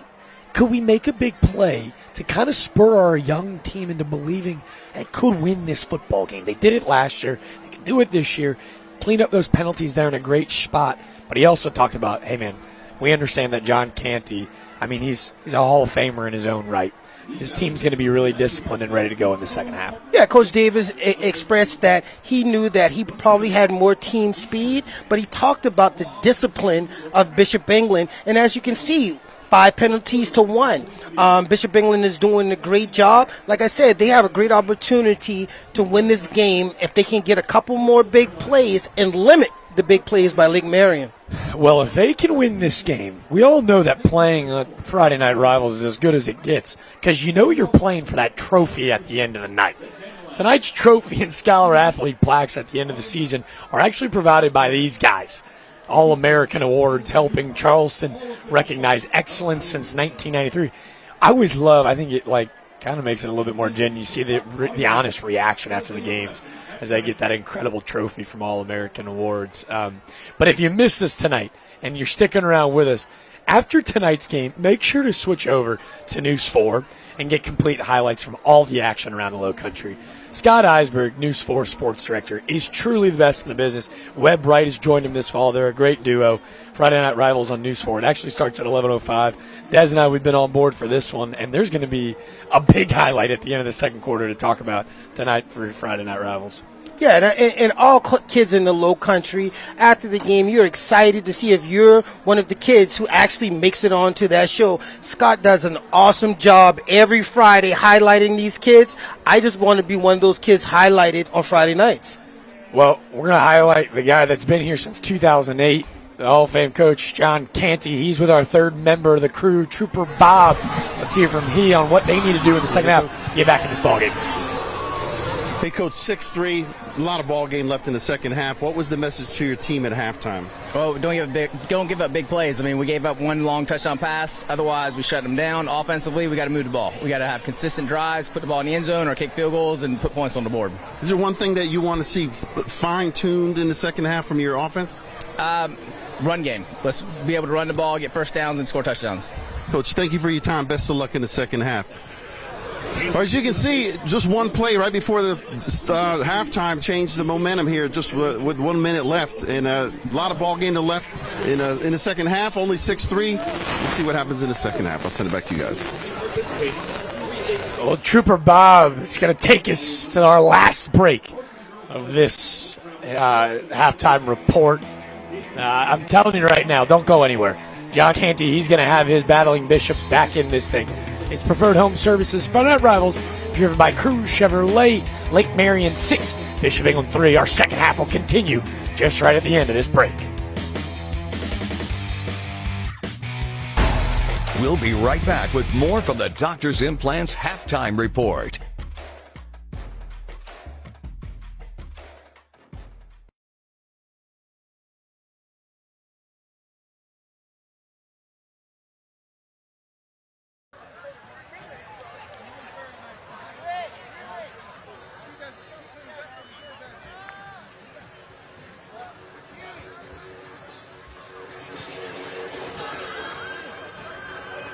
Cameraman, what's going on?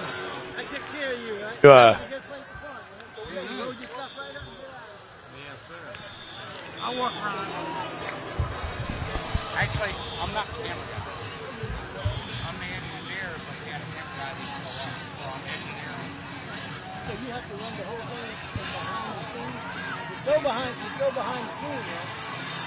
I mean, usually I check them all out, take them apart, and I look inside, make sure ain't no Tommy gun or laser gun. But I figured I'd check.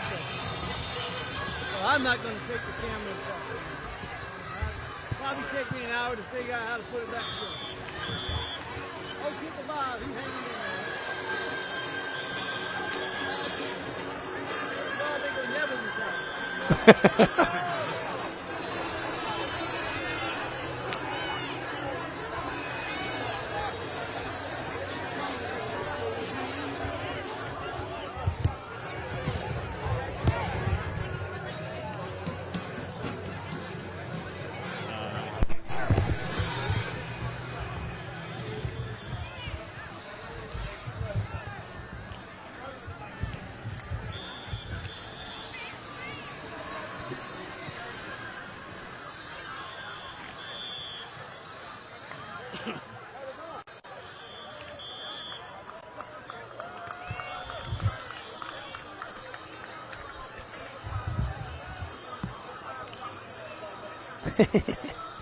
Hear that?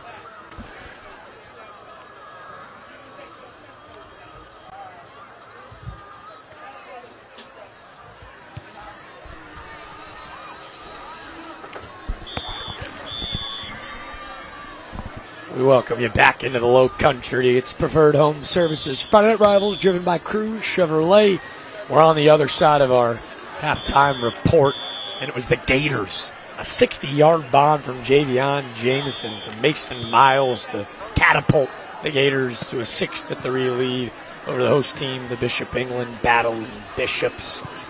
Des, I got to ask you, man, we got some really incredible games upcoming. This one on hand been really good. Is there a matchup that excites you best? Because we've got 3 unbelievable ball games upcoming next week.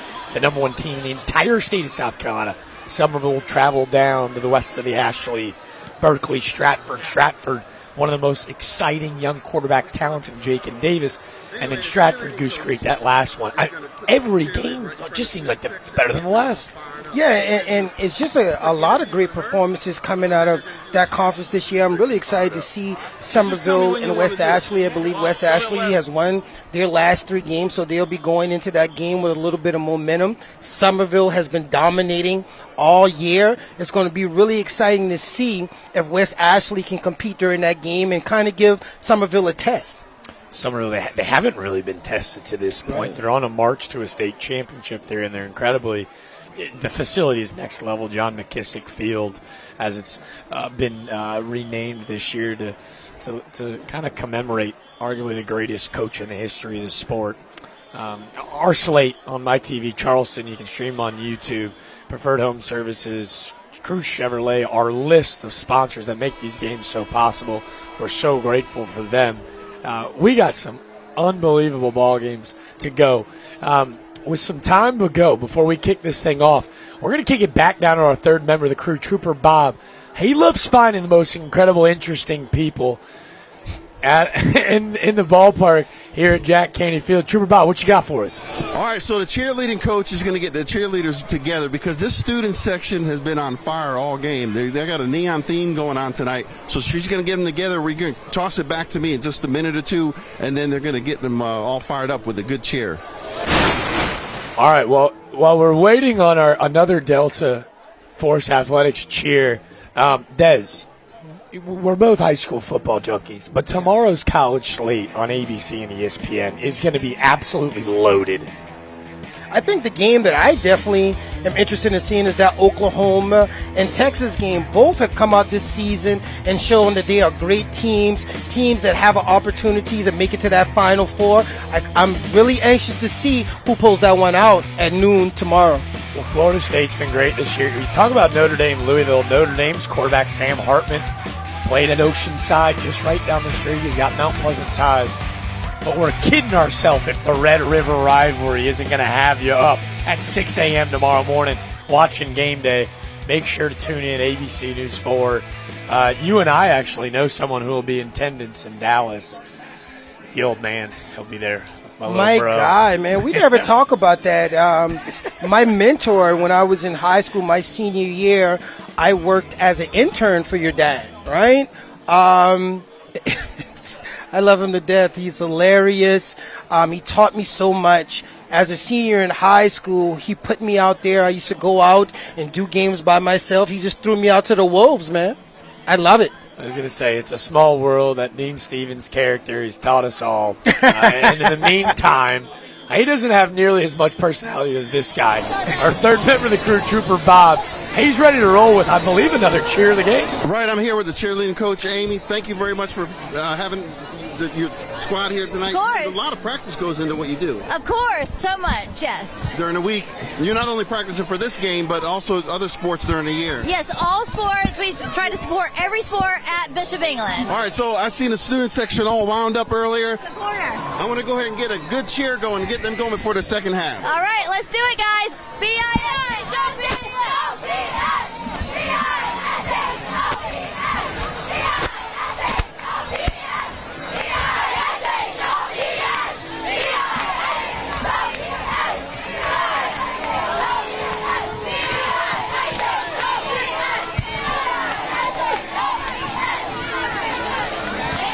Trooper Bob. There you have it. There you have it. I thought it was construction theme, but no, they tell me, they corrected me. They said it's a neon theme. So it's good to see that each school's doing their own thing. I'll send it back to you. Well, I'm a little bit surprised, Trooper Bob, that you haven't thrown on a construction vest on your own end. We know you've got that background and that ability to, but I'm telling you, man, it's been an unbelievable homecoming night here on Daniel Island. Yeah, it's exciting, man. The atmosphere is really nice out here. A lot of fan support. I just think that if the Battling Bishops can find a way to use this energy that's coming from the crowd, man, it'll be a great opportunity for them to get excited going into the second half and find a way to pull it out in front of their fans. Well, as Javion Jameson gets ready to boot it away, Trooper Bob, you got something for us? Did you throw on a neon vest yet? If you need me to go get a vest, this will be the Bob the Builder or the traffic alert section. I'm all about it, man. As we get this second half underway, Javion Jameson, a little bit of a rugby-style kick is returned out to around the 36-yard line. And that's where John Canty and Leo Albano's offense will take over. The junior, Jacob McCara, looking to enjoy maybe a little bit more of an efficient, take care of the rock second half. Just one completion that first half and 7 attempts, but the one completion did go for 56 yards. Looking for a little bit more consistency out of the southpaw here in the second half. He's joining the backfield, and they'll hand it off directly to Dixon Hardy. Hardy runs into just a buzzsaw of a defensive line. That was Darren Bryant and Jakides. And I think it's very important coming out of halftime for them to have a really good drive, find a way to get some points on the board and get this crowd behind them, man. You got to use the energy from this crowd, this homecoming crowd that is ready to explode. You got to give them something to cheer about. Well, nice little false count there is McCara. Looks like he got these to jump off sides. No snaps. It'll continue the play clock. McCara in the backfield with these. The bottom of the screen is Zach Baylock and Connor Lane. Out wide is Andrew Pride. He rolls out to his right. A Hail Mary downfield. It's going to be picked off. Jalen Dash. Jalen Dash, the sophomore.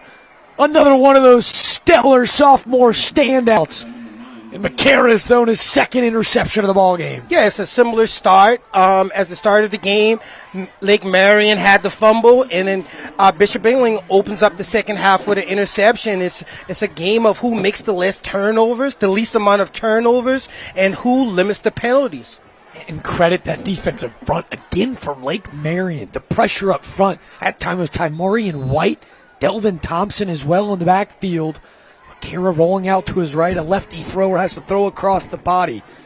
Another miscue, and let's see if the Gators can take advantage.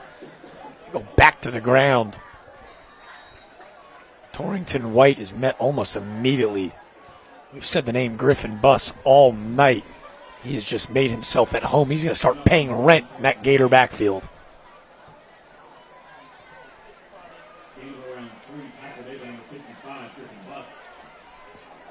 A 3-yard pickup after the interception from Jalen Dash, the second of the night for the Gators secondary. Lake Marion looking to pour it on a little bit here at the start of the second half. A disaster first drive for the Battling Bishops as they're still looking for their first win of the season.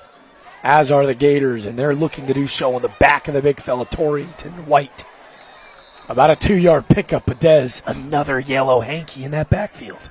Again, we're talking about limiting the penalties. I'm sure that's something that Coach Davis emphasized out of the half. And we come out in the first play, we have another flag on the ground. It looks like there's going to be a hold on that left side. 10 yards, previous spot. Second down. You see head official Taylor Kelso. He let us know it was a hold on the outside. Is it a discipline thing, or is the Bishop England defensive line like kind of forcing the issue of the front five of Lake Marion that they have to hold on for dear life? Is it discipline? Is it youth? Is it just a really forceful defensive front for BE? I think it's youth. I think it's a lack of discipline. I think it's a lack of footwork by the offensive line. A lot of times when you see those holding calls, it's just not moving your feet and getting your hands on those defenders. Well, just a flurry of PE. Green jerseys in the backfield. And a clinic from Javion Jameson. That's going to be the most exciting 13-yard pickup maybe in the state. He had 5 battling Bishops in the backfield. Make a man miss? How about make 5 men miss? And that's one thing, having that type of athlete at the quarterback position when the offensive line breaks down, just someone that's able to use their legs and make plays for the offense, and that's exactly what he did just now. Javion Jameson, that almost felt Harlem Globetrotter-esque where they're dribbling the ball through the entire defense.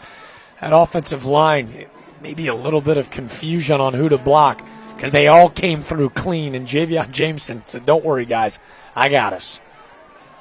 Jameson backs up and delivers just an absolute dime to his tight end, Carl Capers.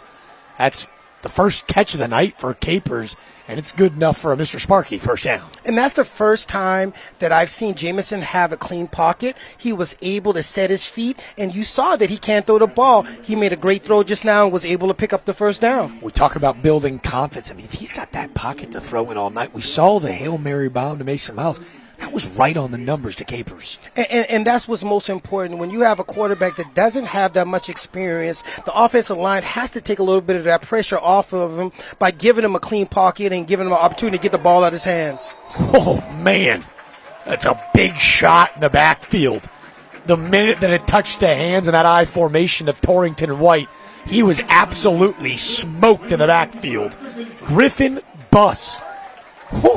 A bull in a China shop might be an understatement. That's his 3rd tackle for a loss tonight, Des. Yeah, and I've been impressed with both teams' defensive lines. These guys have been aggressive. These guys get after it and have been putting pressure on the backfields on both sides of the ball. He's lining up just right over center is Griffin Buss. We told you his 3rd tackle for a loss tonight. But it's felt like every time they've snapped it in that shotgun set, Buss has been in the backfield. That time he wasted no time. He tackled both quarterback and running back, Jameson and White. Tackled almost immediately. This time they go from the shotgun and they go to a little bit of a jet sweep. Brilliant play calls. That's the first time they've gotten Tracy Snyder the rock. That's about a 10-yard pickup on 2nd down to make it a much more 3rd and manageable. And I think if Lake Marion's offensive line can just hold it a little bit with the team speed and the athletes that Lake Marion has, that's going to pose some problems for Bishop England in the second half. I told you, it's not that Bishop England Coach Cancer Group so disciplined, but he believed he had the faster team on paper, and you're starting to see in this 3rd quarter that speed starting to pay dividends. Absolutely. Jameson in the backfield. They go to the fake jet sweep. How about the play in the backfield? Liam Lockery. You want to talk about discipline, edge containment, a huge play in the backfield to force a 4th down. And I think that's the 2nd or 3rd tackle that I've seen from Lockery in the open field. When you have athletes and speed as good as Lake Marion does, it's very hard to get those boys on the ground, and he's done a great job all night of doing that. But you have to forgive me. I get my 6s and 9s messed up. That guy upside down. That was Nate Anderson in the backfield. Anderson. We've gotten that outside linebacker edge. He plays right next to Lockery. Both of those guys have been in the backfield all night. A huge play from Anderson to force the 4th and 5. And it looks like Coach Davis is going to leave the offense on the field. I think it's time for Mason Miles. Is it Mason Miles time? Jameson, he drops back. He's got time. Here come the Bishops. A couple hankies as Jameson eludes the pocket. He runs over Anderson. It's enough for a first down.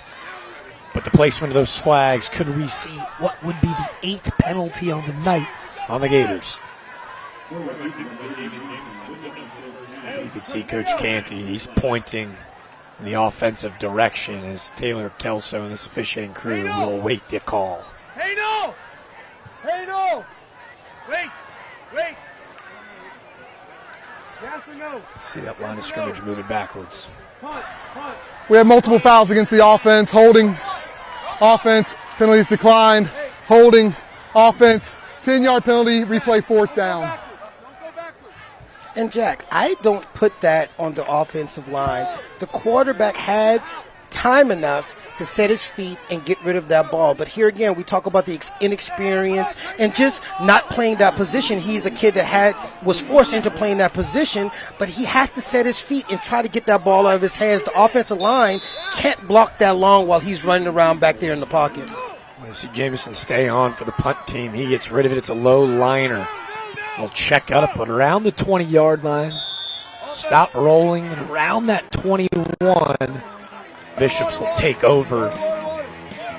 And we'll take a break with them down on the field. A defensive stop for the Bishops gets them the ball back with 6:14 to go in the third quarter. Lake Marion 6, Bishop England 3. It's Preferred Home Services Friday Night Rivals, driven by Cruz Chevrolet. We'll be back right after this.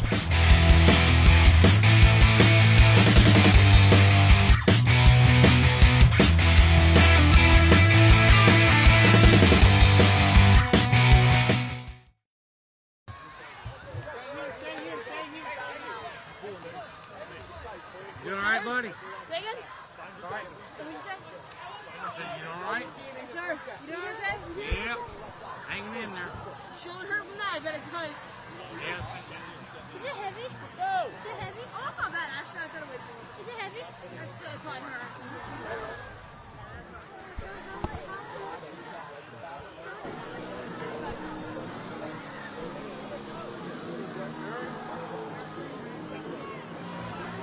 Sounds good. Perfect.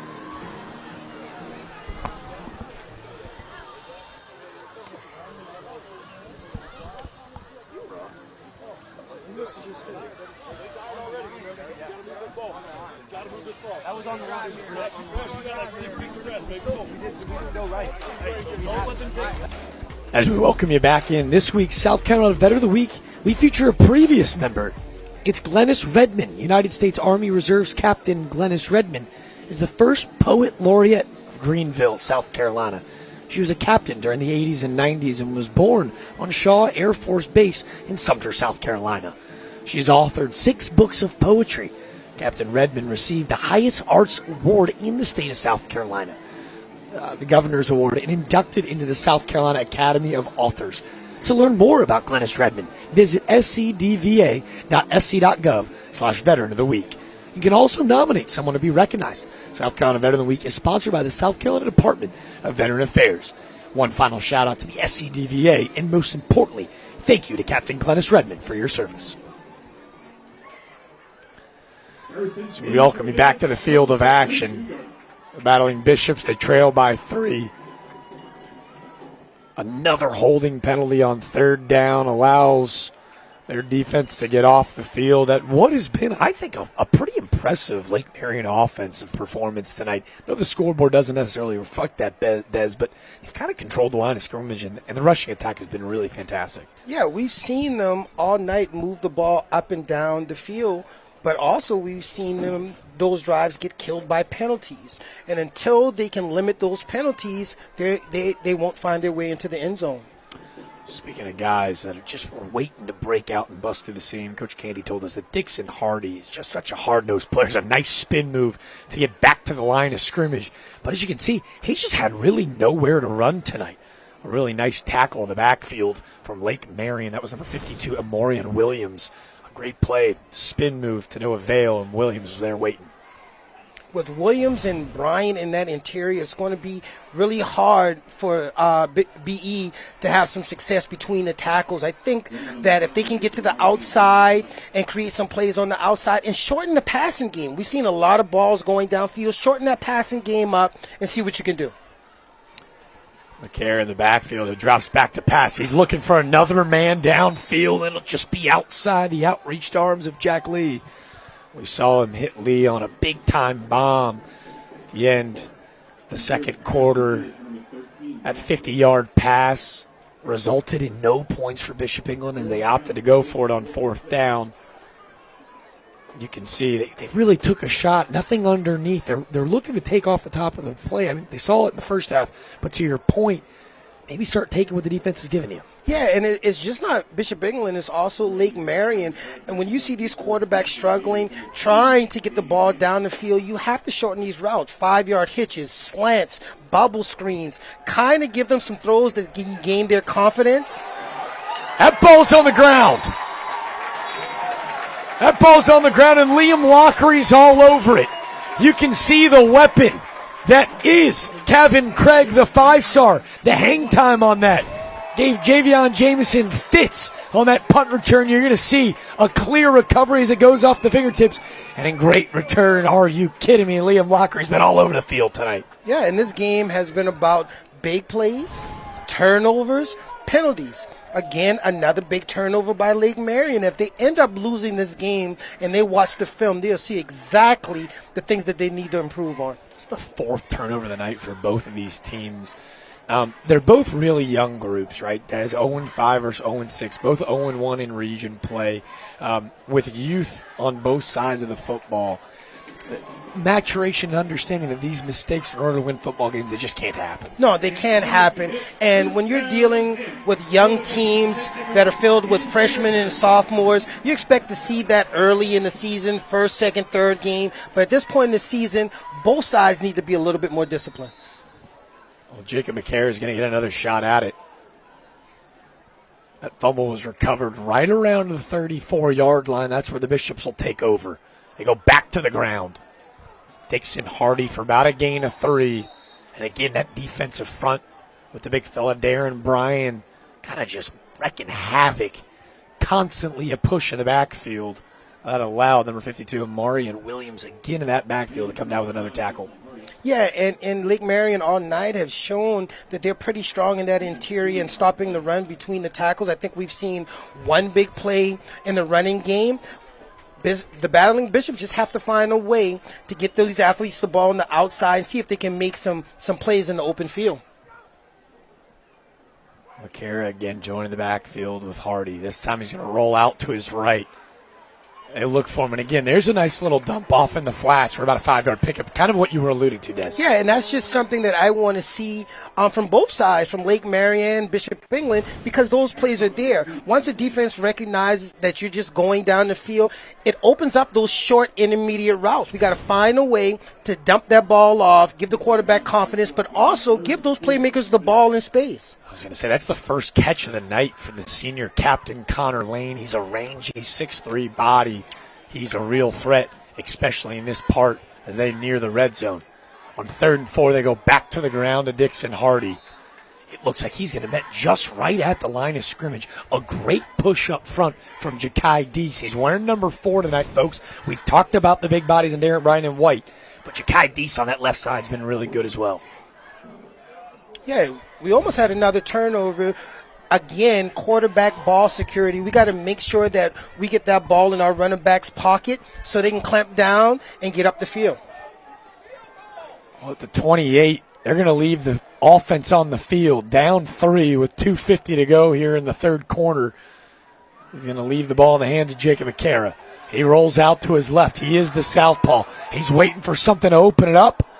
And he's looking for his man, Andrew Pride, in and out of the hands on the sidelines. That ball will land innocently out of bounds, and Lake Marion's defense gets a huge stop after the muffed punt. For both teams, we've been screaming, bend, don't break, all night long. And as you can see, we've had long drives all game long from both teams, and the defenses have stepped up and kept points off the board. Well, the defense bend, don't break, and we're going to head to our final break of the third quarter with 2:41 to go. It's Lake Marion 6, Bishop England just 3.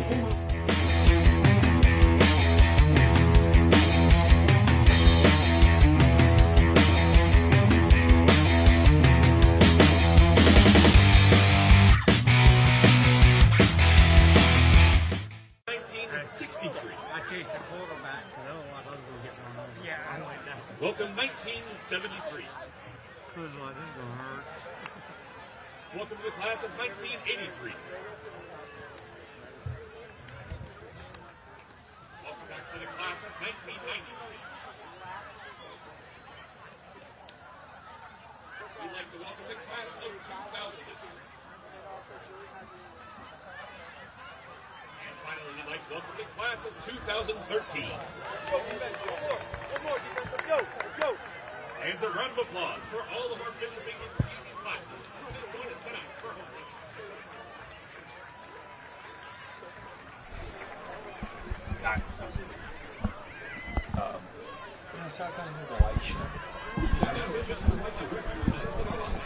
Welcome you back into Daniel Island. If you were looking for a hard-nosed, gritty defense, we found the matchup for you, Des. It's Preferred Home Services Friday Night Rivals driven by Cruz Chevrolet. They've driven the field. They just haven't been able to punch it in.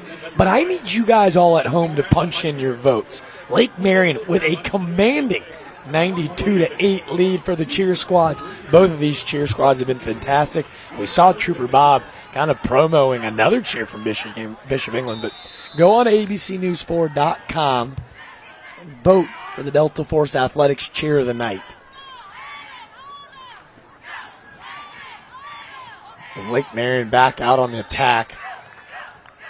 Another failed opportunity to capitalize on a mistake from Bishop England's offense. Their defense continues to just carry them on their back tonight.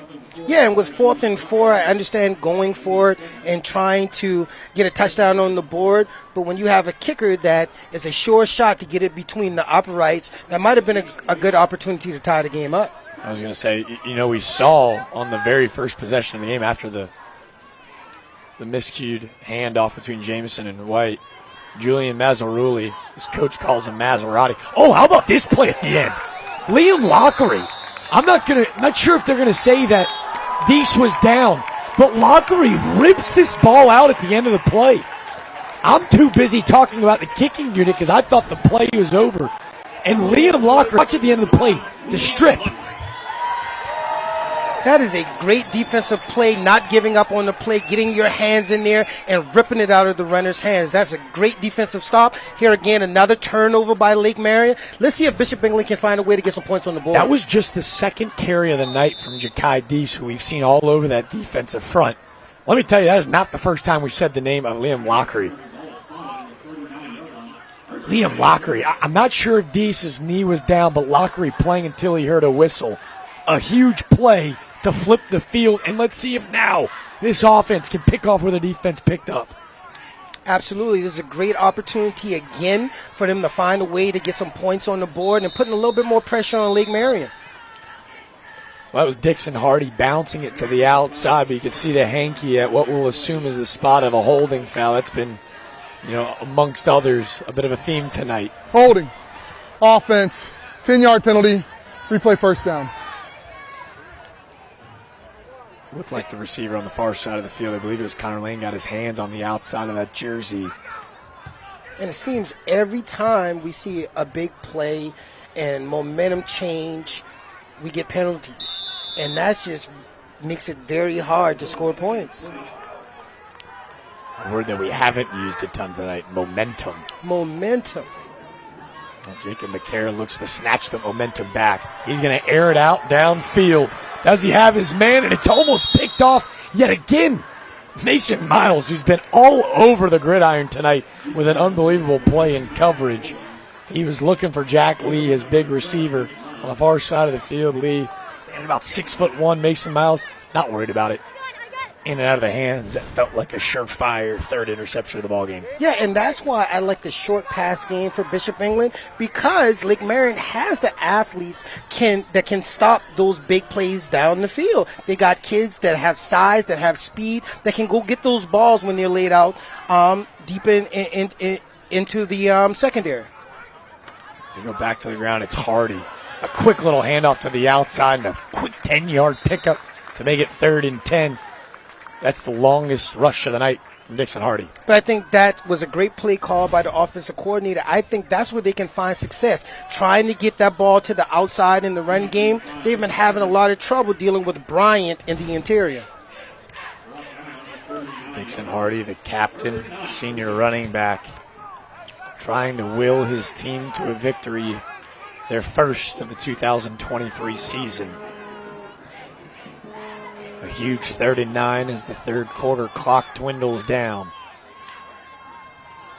Dual receivers at the bottom of the screen. They go to a quick little dump off. It's Connor Lane. Lane with about an 8-yard pickup. It looks like he's going to be a yard shy. But we talked about it over and over, shortening that pass game up and just making plays. And here again, a nice little dump off, able to pick up 8 or 9 yards. Great play call. I was going to say, they moved the entire offensive line, a little misdirection. You don't put all the pressure on the shoulders of Jacob McCara, and this a much more manageable 4th and short comparative to the last 4th and 5 that resulted in a Gator stop. They're nearing the TEC equipment rental red zone. This feels like a huge play in the ball game. They opt for their own tush push, made famous up in the Philadelphia region. Jacob McCara, who stands at 6'2", 188 pounds. He uses all of that length to plunge forward for a Mr. Sparky first down. And that's a great drive by the offensive line. As you can see, they got that push that they needed to get that 1 yard to keep the drive going. Des, we mentioned momentum. It'll be enough for a huge Mr. Sparky first down, and it'll catapult us into a fourth quarter. 12 minutes. 12 minutes until one of these teams is walking away with their first win of the season. The Lake Marion Gators lead 6-3. It's Preferred Home Services, Friday Night Rivals, driven by Cruz Chevrolet.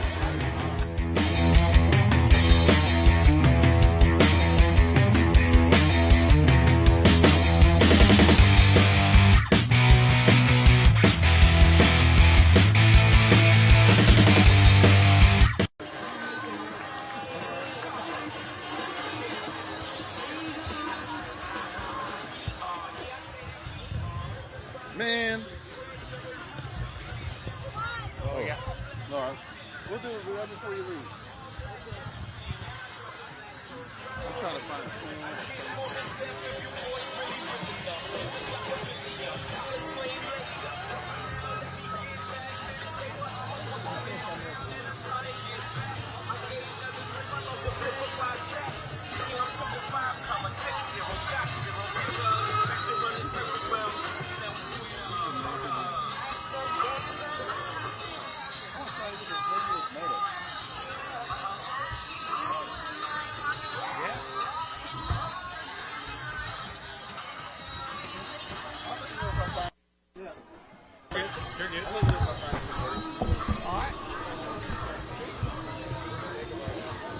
That's great.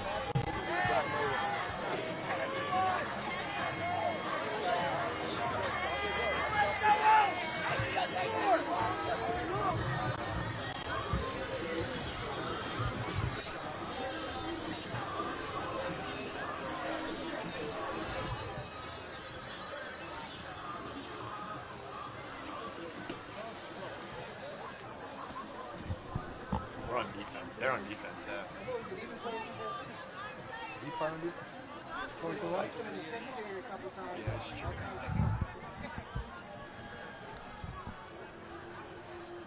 You gotta go both ways. How's he on the bench?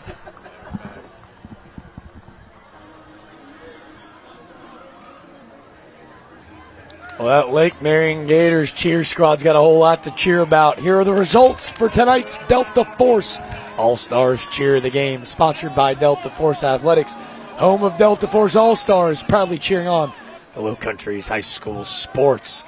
It's a commanding lead tonight. I believe we saw the results a couple seconds earlier. A 90-10 victory for the Lake Marion Gators. Obviously, a lot of their friends and family at home watching tonight in Orangeburg. We appreciate you following along as Des and I try to paint the picture of one of these teams going home with a victory. Both of these cheer squads did an incredible job tonight. Lake Marion going home as Delta Force All-Stars winners. 12 minutes to go, Des. They all flash the fours. They go back to the ground with Dixon Hardy. We talked a little bit about it in the break. push comes to shove, I think it's whoever wins in the trenches is going to win when 12 minutes runs out. Yeah, I think this is a really important drive for Bishop England. They've had the ball a couple of times in the red zone and haven't come away with any points. It's imperative that they find a way to get something on the board on this drive. It was about a 6-yard pickup from Dixon Hardy, making it a 2nd and 4. Bottom of the screen for Bishop England is Jack Lee. Dual receivers at the top, and they do run it to that side. Hardy picks up about another 3. It looks like it's going to be about 3rd and 2 or so. Yeah, it was a strong run by Hardy, but I think he missed the read. He had a lot of grass on the outside. If he bounced it outside, he had an opportunity to take it to the house. So the speed of the Gator defense has proved problems for the Bishop offense tonight. Tight end at the bottom of the screen, Nate Anderson. You've seen him on both sides of the football tonight. He's been a problem. They go back to the ground. They run behind Anderson. There's Hardy. A 6-yard pickup. Good enough for a first down. Yeah, there's space on the outside, Jack. There's been space all night on the outside. Lake Marion has done a great job between the tackles, but it's kind of soft on the outside. If Bishop England is able to get the ball to the outside, I feel like their backs can make some plays. I was going to say, you talked a little bit about in that third quarter, man. They haven't been able to get anything going in between the hashes. But a great block by Nate Anderson, and they had in motion to free up Dixon Hardy on the outside. Bishop England entered the TEC Equipment Rental Red Zone, the friendliest name in equipment rental. They've been down there a couple times, and I think just haven't been able to punch it in. Do they have an answer? McCare in the air. Won't fill. What is he looking for on the outside? It was number 15, Zach Baylog. Again, I like the play call. The coach is shortening that pass game up. The wide receiver just has to squeeze that ball. We need that ball when we're trying to get in the end zone. Great coverage from Jalen Dash, who's already got an interception in this game. Blanket coverage on the outside. As you see Baylog all alone with no safety over the top. A dual tight end set at the bottom. They're going to run behind he. Dixon Hardy churning the feet. Looking to continue the drive. We've seen them go to a couple different tight end sets where they get those tight ends in movement.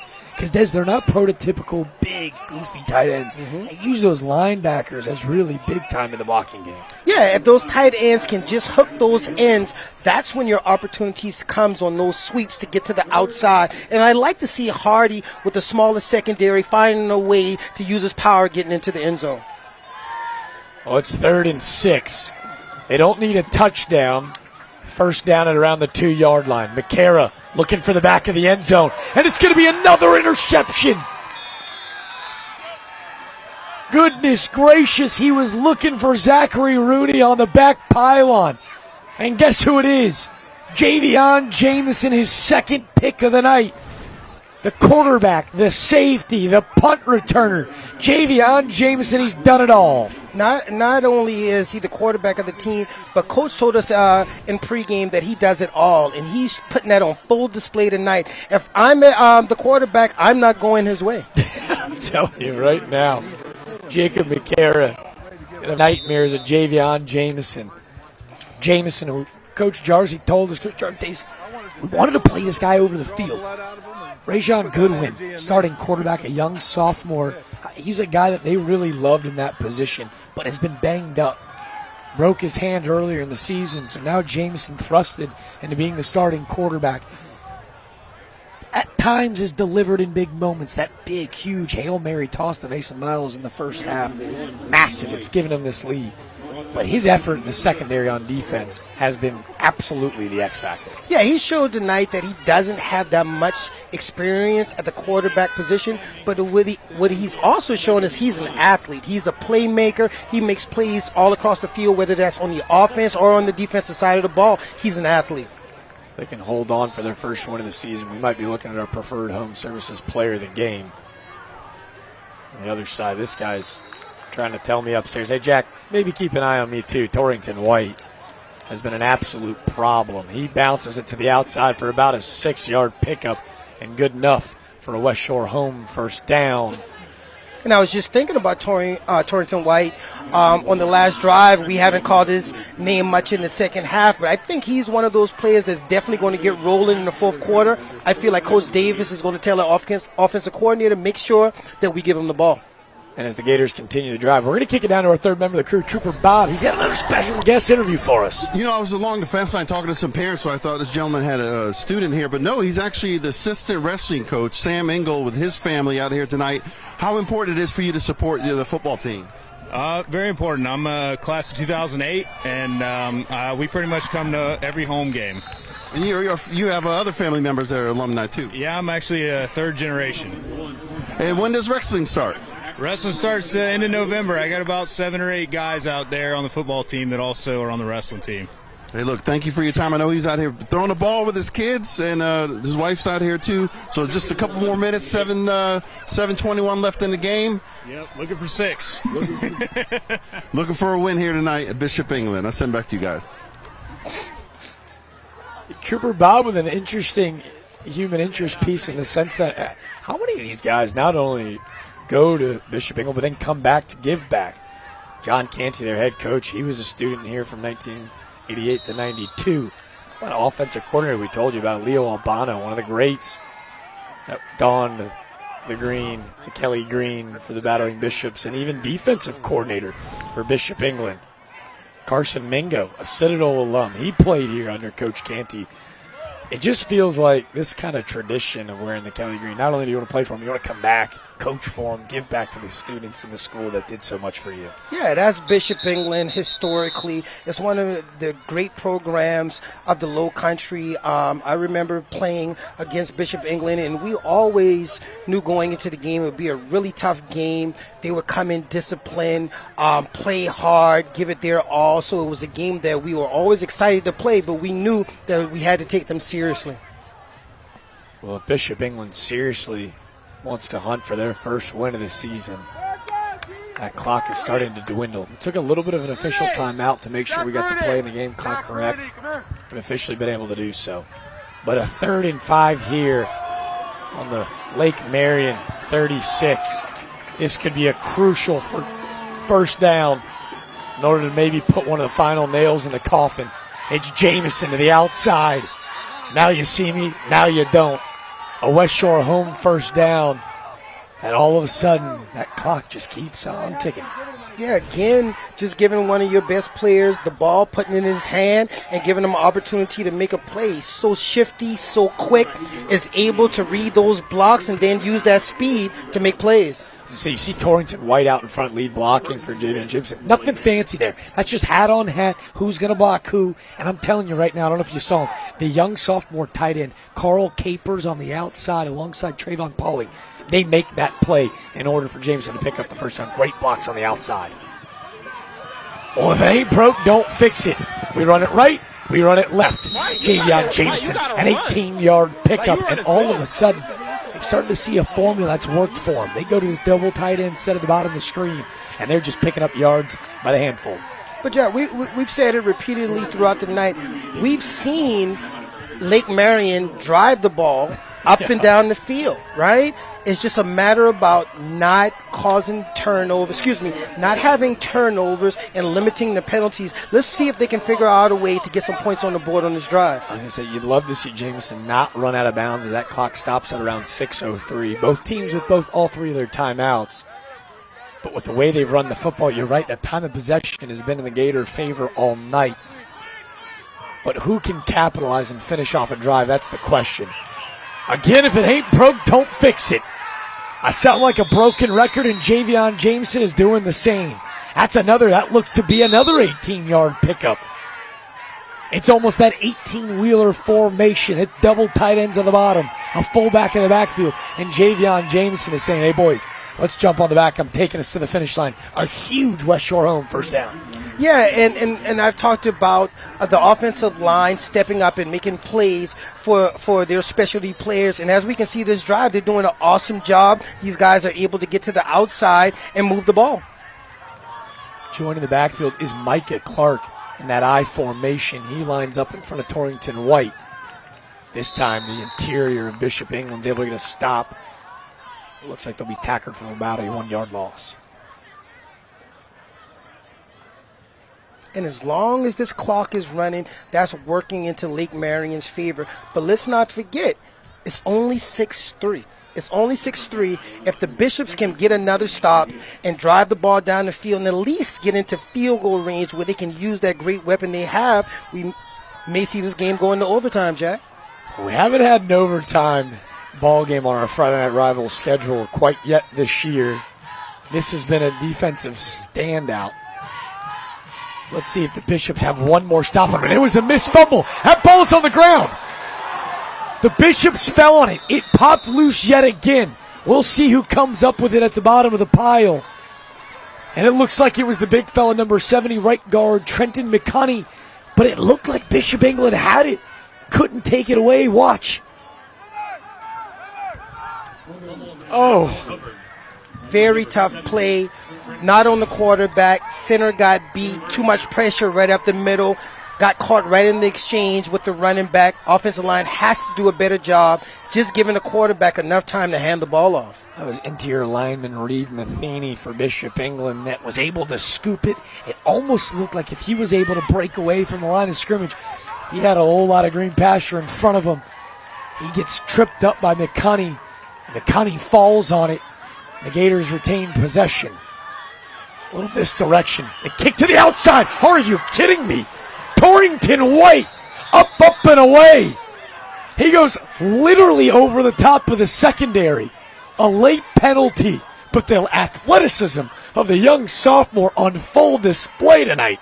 What an exciting run. It started off with that stiff arm to get to the outside. Once he got to the outside, hurling, which may be the penalty.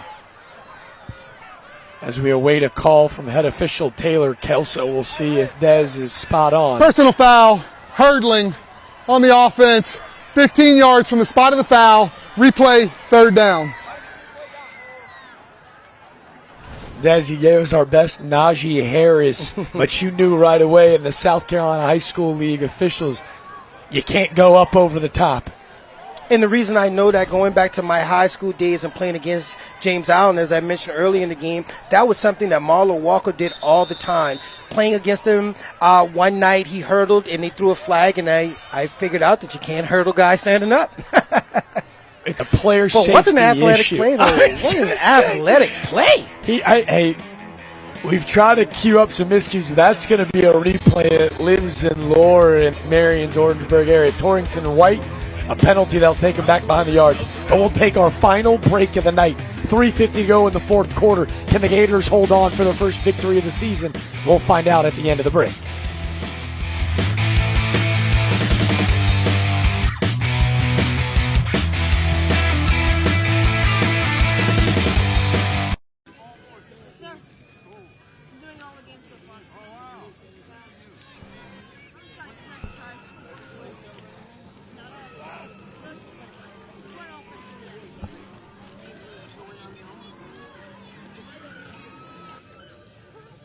And then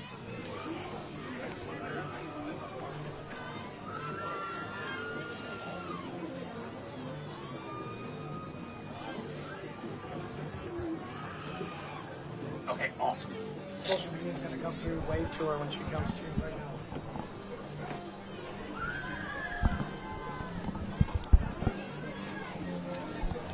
Yeah.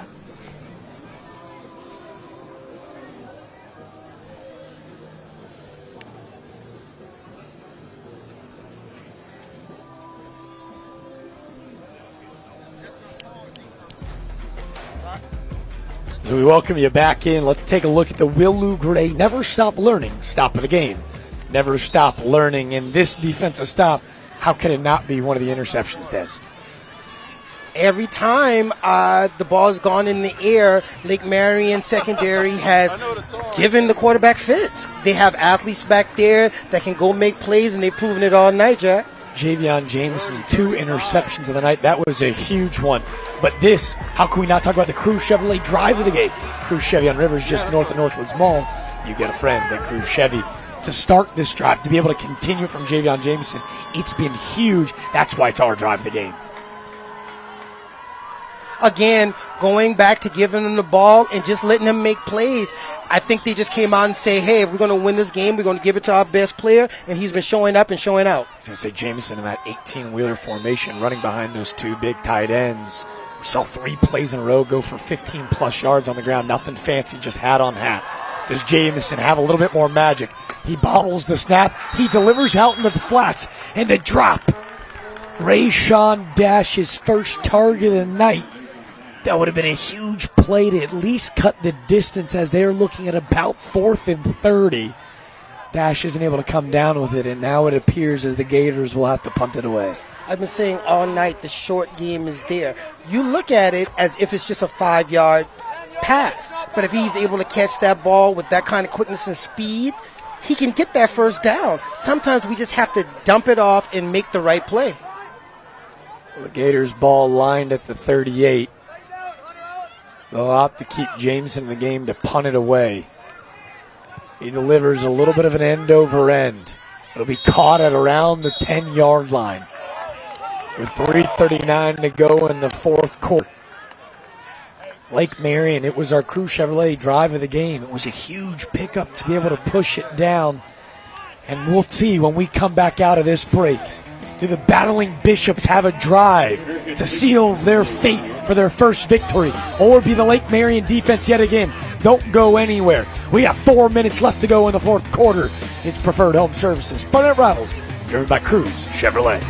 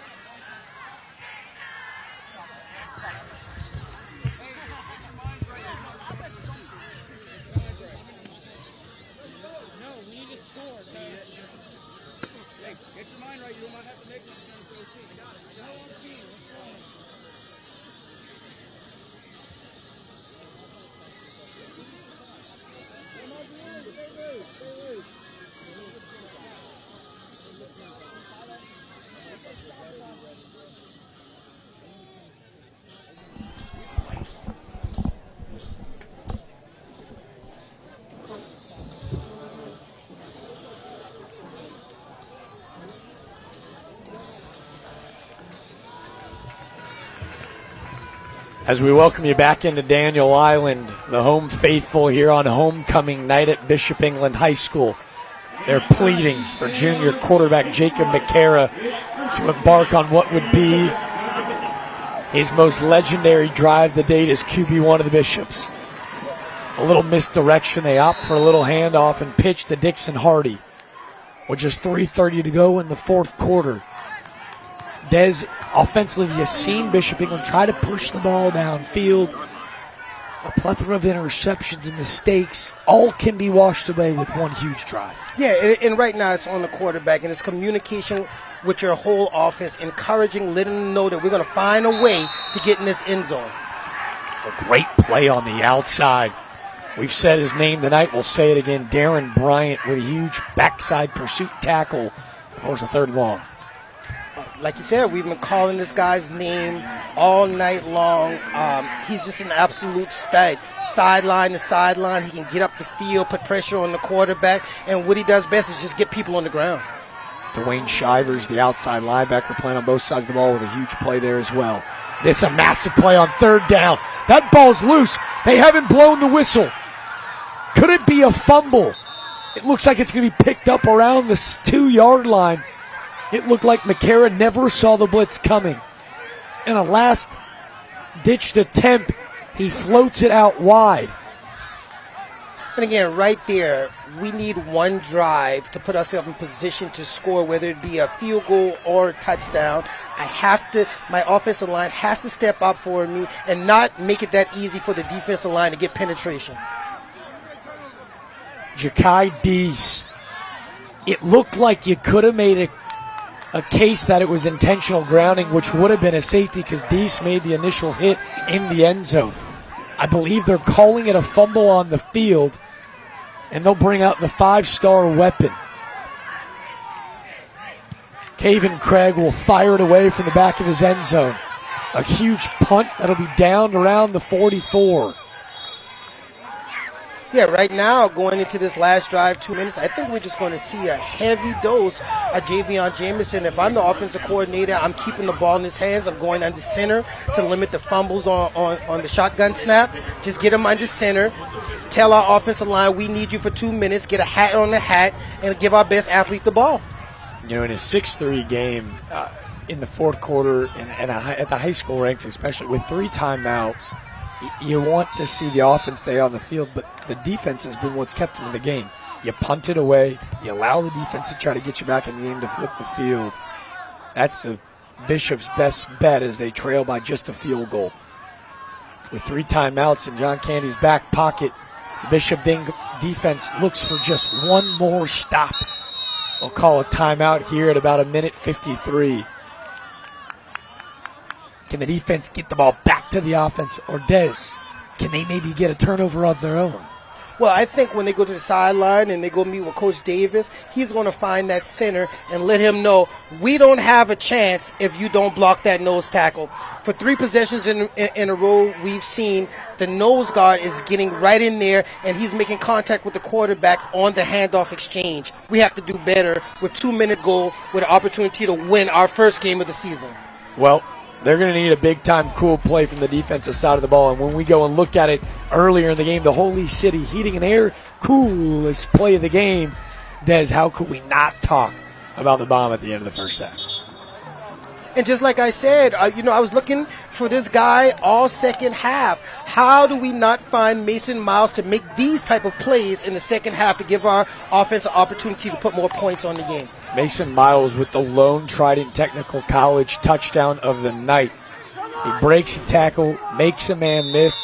We figured Lake Marion was going to knee it out and head to halftime. Glad Coach Jarvis Davis didn't. It was our only touchdown, and it's why it's our Holy City Heating and Air coolest play of the night. Well, Bishop England, to no surprise, they got 10 guys in the box. Torrington White's got nowhere to go. John Canty will use his second timeout. And with 1:44 to go, his defense is one stop away from getting his offense back out onto the field and giving them another shot.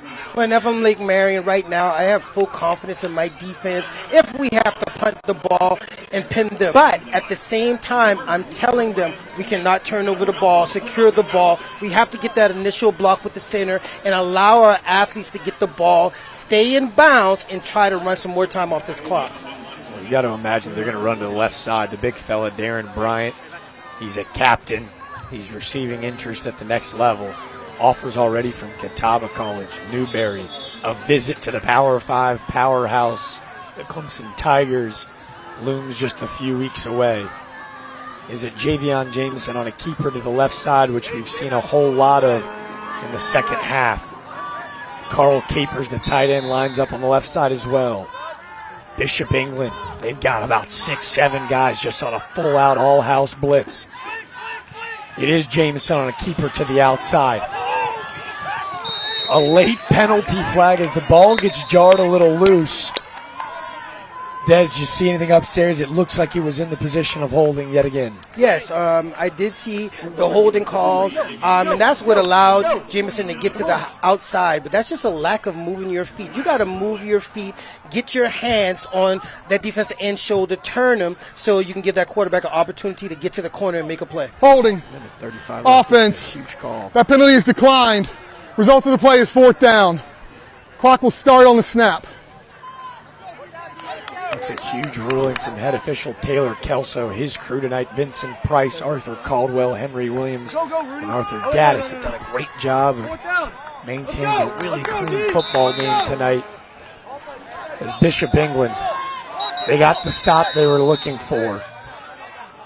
With 1:35 to go in the fourth quarter, John Canty and the Bishops will use their final timeout. It's so impressed with the defensive effort. Griffin Buss, that defensive front, Liam Lockery, that linebacking crew. Our player to watch tonight was Jack Huey. The defense has been on the lock. It was just one broken down play in the secondary on a huge pass has got them staring down what would be their 6th loss of the season. Yeah, and I just think both schools' defenses have played great all night. But here again, Bishop England is going to get an opportunity to get the ball on homecoming night in front of a packed house.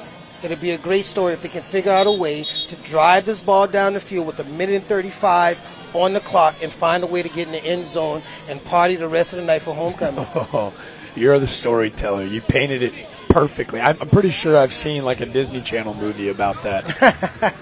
The homecoming touchdown, eminent, is Javion Jamison. And if I'm the quarterback, that's exactly what I'm telling my offense on the sideline right now before we get in the field. We are going to get this ball back and we are going to score. Ooh, this might be the best punt of the night from Javion Jamison, and it's muffed. Zachary Rooney, we told you that was a high booming punt. It sent Rooney up, then back, then up, then back.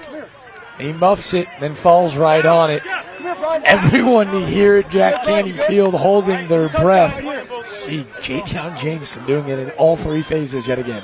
I was just glad to see Rooney was able to get on this ball because I would have hated to see this game end on a muff punt. I was going to say the defense has worked their tail off tonight just to give their offense one more shot at it. But they'll have to face what's been a menacing defensive front from Lake Marion. Do we have a storybook homecoming ending with 1:28 to go? Jacob McCara? Hope so. He delivers a bomb downfield. Ooh! He was looking for Rooney. He almost had him. He throws into double coverage. But is anybody surprised? Javion Jamison in perfect coverage. And it's going to be very hard for them to beat Lake Marion down the field just because of the athletes that Lake Marion has in the secondary. All of these guys are ball hawks. All of these guys can make plays on the ball. I think we have to find some stuff underneath for Bishop England to keep these chains moving and put themselves in position to score some points. They roll the pocket out wide. A throw downfield. Ooh! Right through the wickets. Number 18, Andrew Pride. It was a good ball. They rolled the pocket out to the left from McCara, but another incomplete pass will lead to a 3rd and 10. Again, Jack, with 1:16 left in the game, with an opportunity to win the game, we need those plays. Quarterback got pressure, was able to still get the ball out of his hands and make an accurate throw. I need my wide receiver to catch that ball right now. They're down to the last 2 plays if they aren't able to pick up the first down. McCara will step up. He'll deliver a bomb downfield. It was broken coverage. Everyone in the building holding their breath as Jack Lee leaked through that far seam. There wasn't a Gator in sight. And I know Coach Davis is totally upset because a minute left in the game. One thing that can't happen, no wide receiver can get behind us. Missed opportunity by Bishop England. On 4th and 10, Jacob McCara, the junior southpaw, has got one down to keep the Bishop's hopes alive. Can the Gators get a stop? And they will. The big fella up front, Darren Bryant. Rumbling, tumbling into the end zone. The Bryant sack. The ball pops loose. Ja'Kai Dees. The defense forces another Trident Technical College touchdown. The lead now 12-3. A fitting ending as Darren Bryant, absolutely having his way on the left sideline of scrimmage, will end this ballgame. Big-time players make big-time plays in big-time situations. And we just saw a big-time player make a big-time play to seal the game. Friday night rivals and the lights are shining bright here at Jack Canty Field.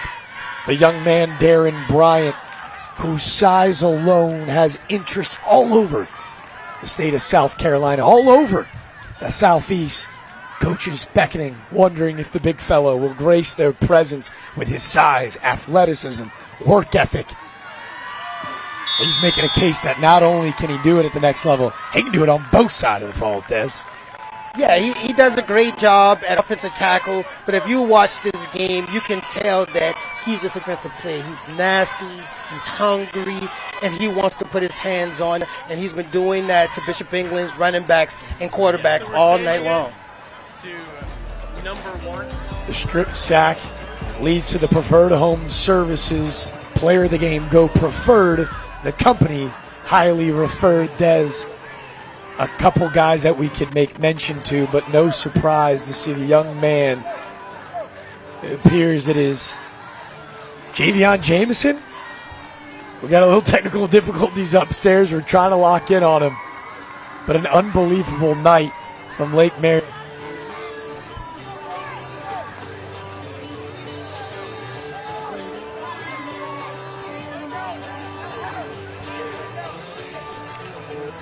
We're trying to get a lock in on our preferred home services player of the game. And I'm getting reassurance because I'm telling you right now, Des, there are a couple guys that we could roll through. Darren Bryant was great on both sides of the football. Mason Miles with a huge touchdown. But how do we not shed light on Javion Jameson? He's tonight's preferred home services player of the game, go preferred. The company highly referred.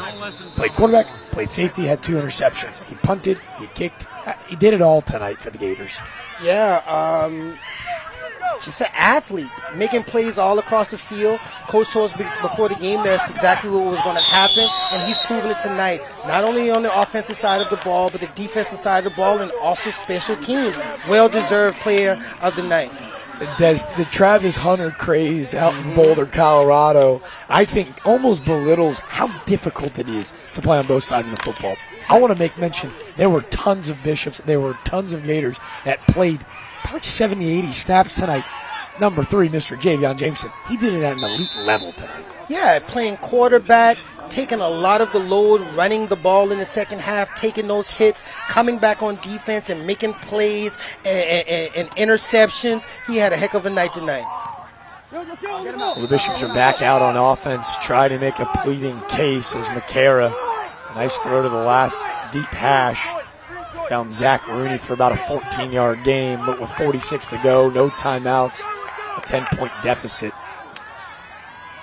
A valiant effort, but it appears that Lake Marion will go home with their first win of the season. And well-deserved, even with all of the penalties, all of the mistakes, just the mental toughness that they displayed, finding a way and figuring out how to get their first win of the season. Well, we told you both of these ball clubs came into this one still searching for a loss.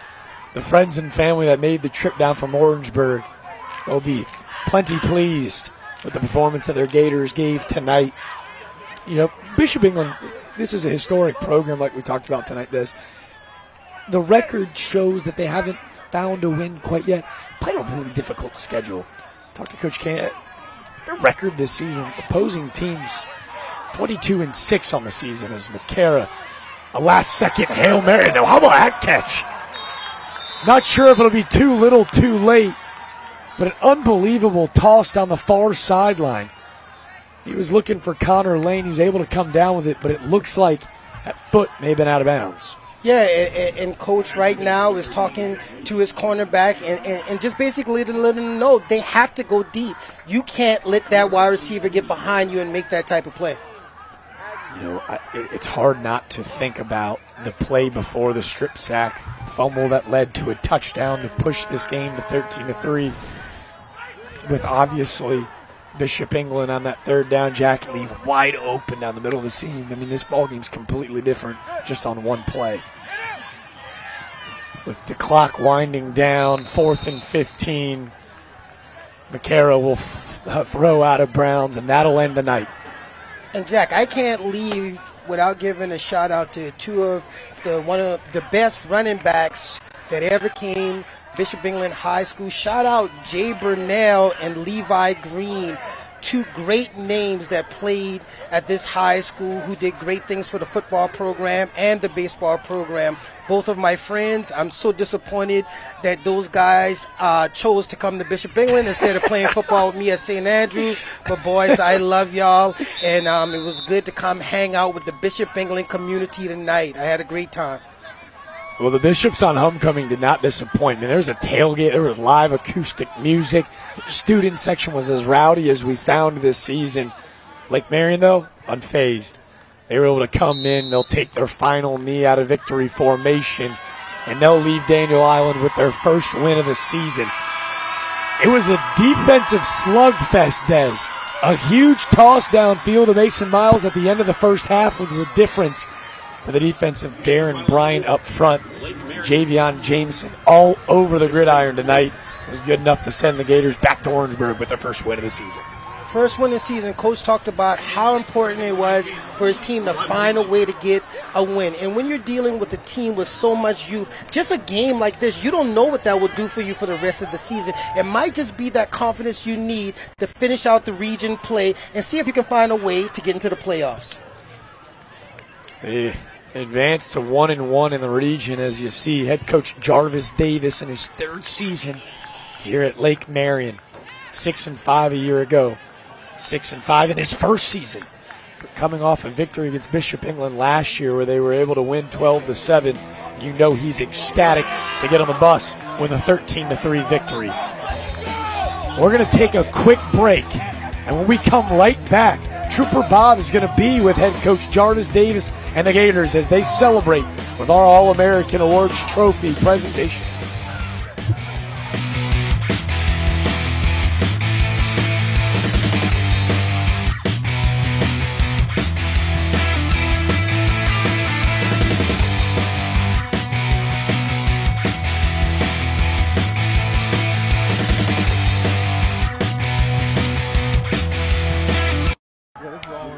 Two? Yeah. I'll probably be the one to bring it. And once they get it made for this game.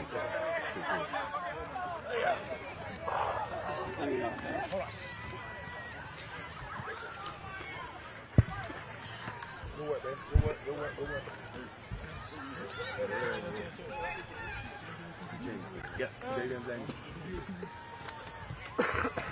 Commercial?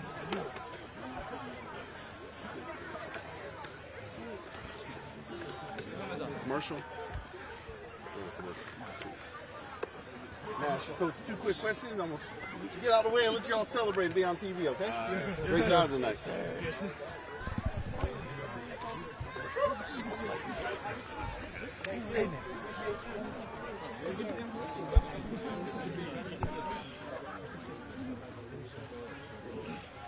They're going to throw it to you right after the break. No problem. They're going to do the presentation part and then throw it to you.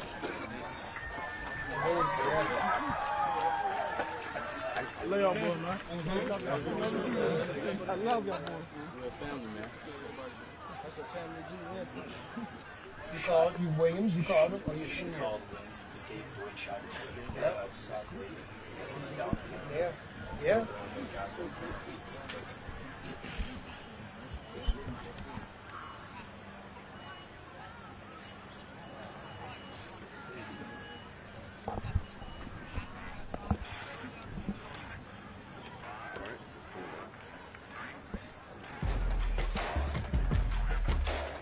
Tonight's trophy presentation is sponsored by All-American Awards, helping Charleston recognize excellence since 1993. And Des, there's a whole lot of excellence heading their way back up to Orangeburg, South Carolina tonight as the Lake Marion Gators are going home with their first win of the season.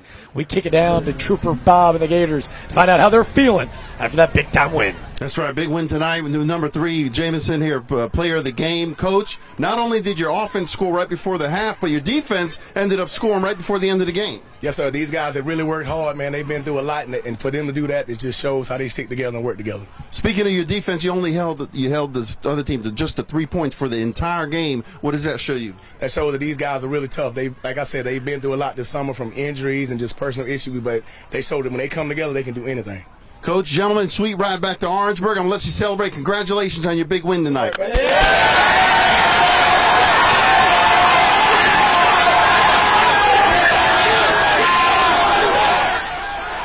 Des, it's my favorite part every week. You don't think these games mean anything to anyone? Look at them celebrating down there.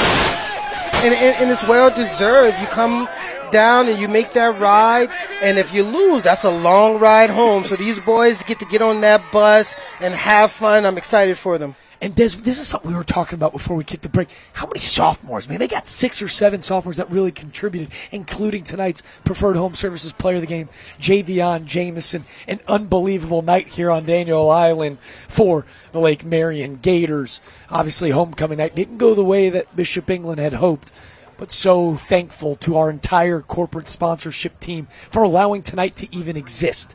Lake Marion with a huge 13-3 victory, their first of the 2023 season, all thanks to Preferred Home Services. Friday Night Rivals driven by Cruz Chevrolet. As we let the sweet tunes of Friday Night Rivals take us home, we have to say thank you to everyone who makes it possible. Our director and producer, us, our entire camera crew, everyone that is able to make this happen, but a special shout out to all of our promotional help. You guys don't forfeit over sacrifices to be able to make these games happen. We're just so thankful to shine light on the Low Country's finest. On behalf of myself, Des Brown, we are out, and we'll see you next week. Make sure to tune in and catch up on all the Low Country's finest with Scott Eisberg and Webb Wright. And we'll see you next week just west of the Ashley as the West Ashley Wildcats play host to the Somerville Green Wave here on My TV Charleston. It's Preferred Home Services, Friday Night Rivals driven by Cruz Chevrolet. We'll see you guys next Friday night.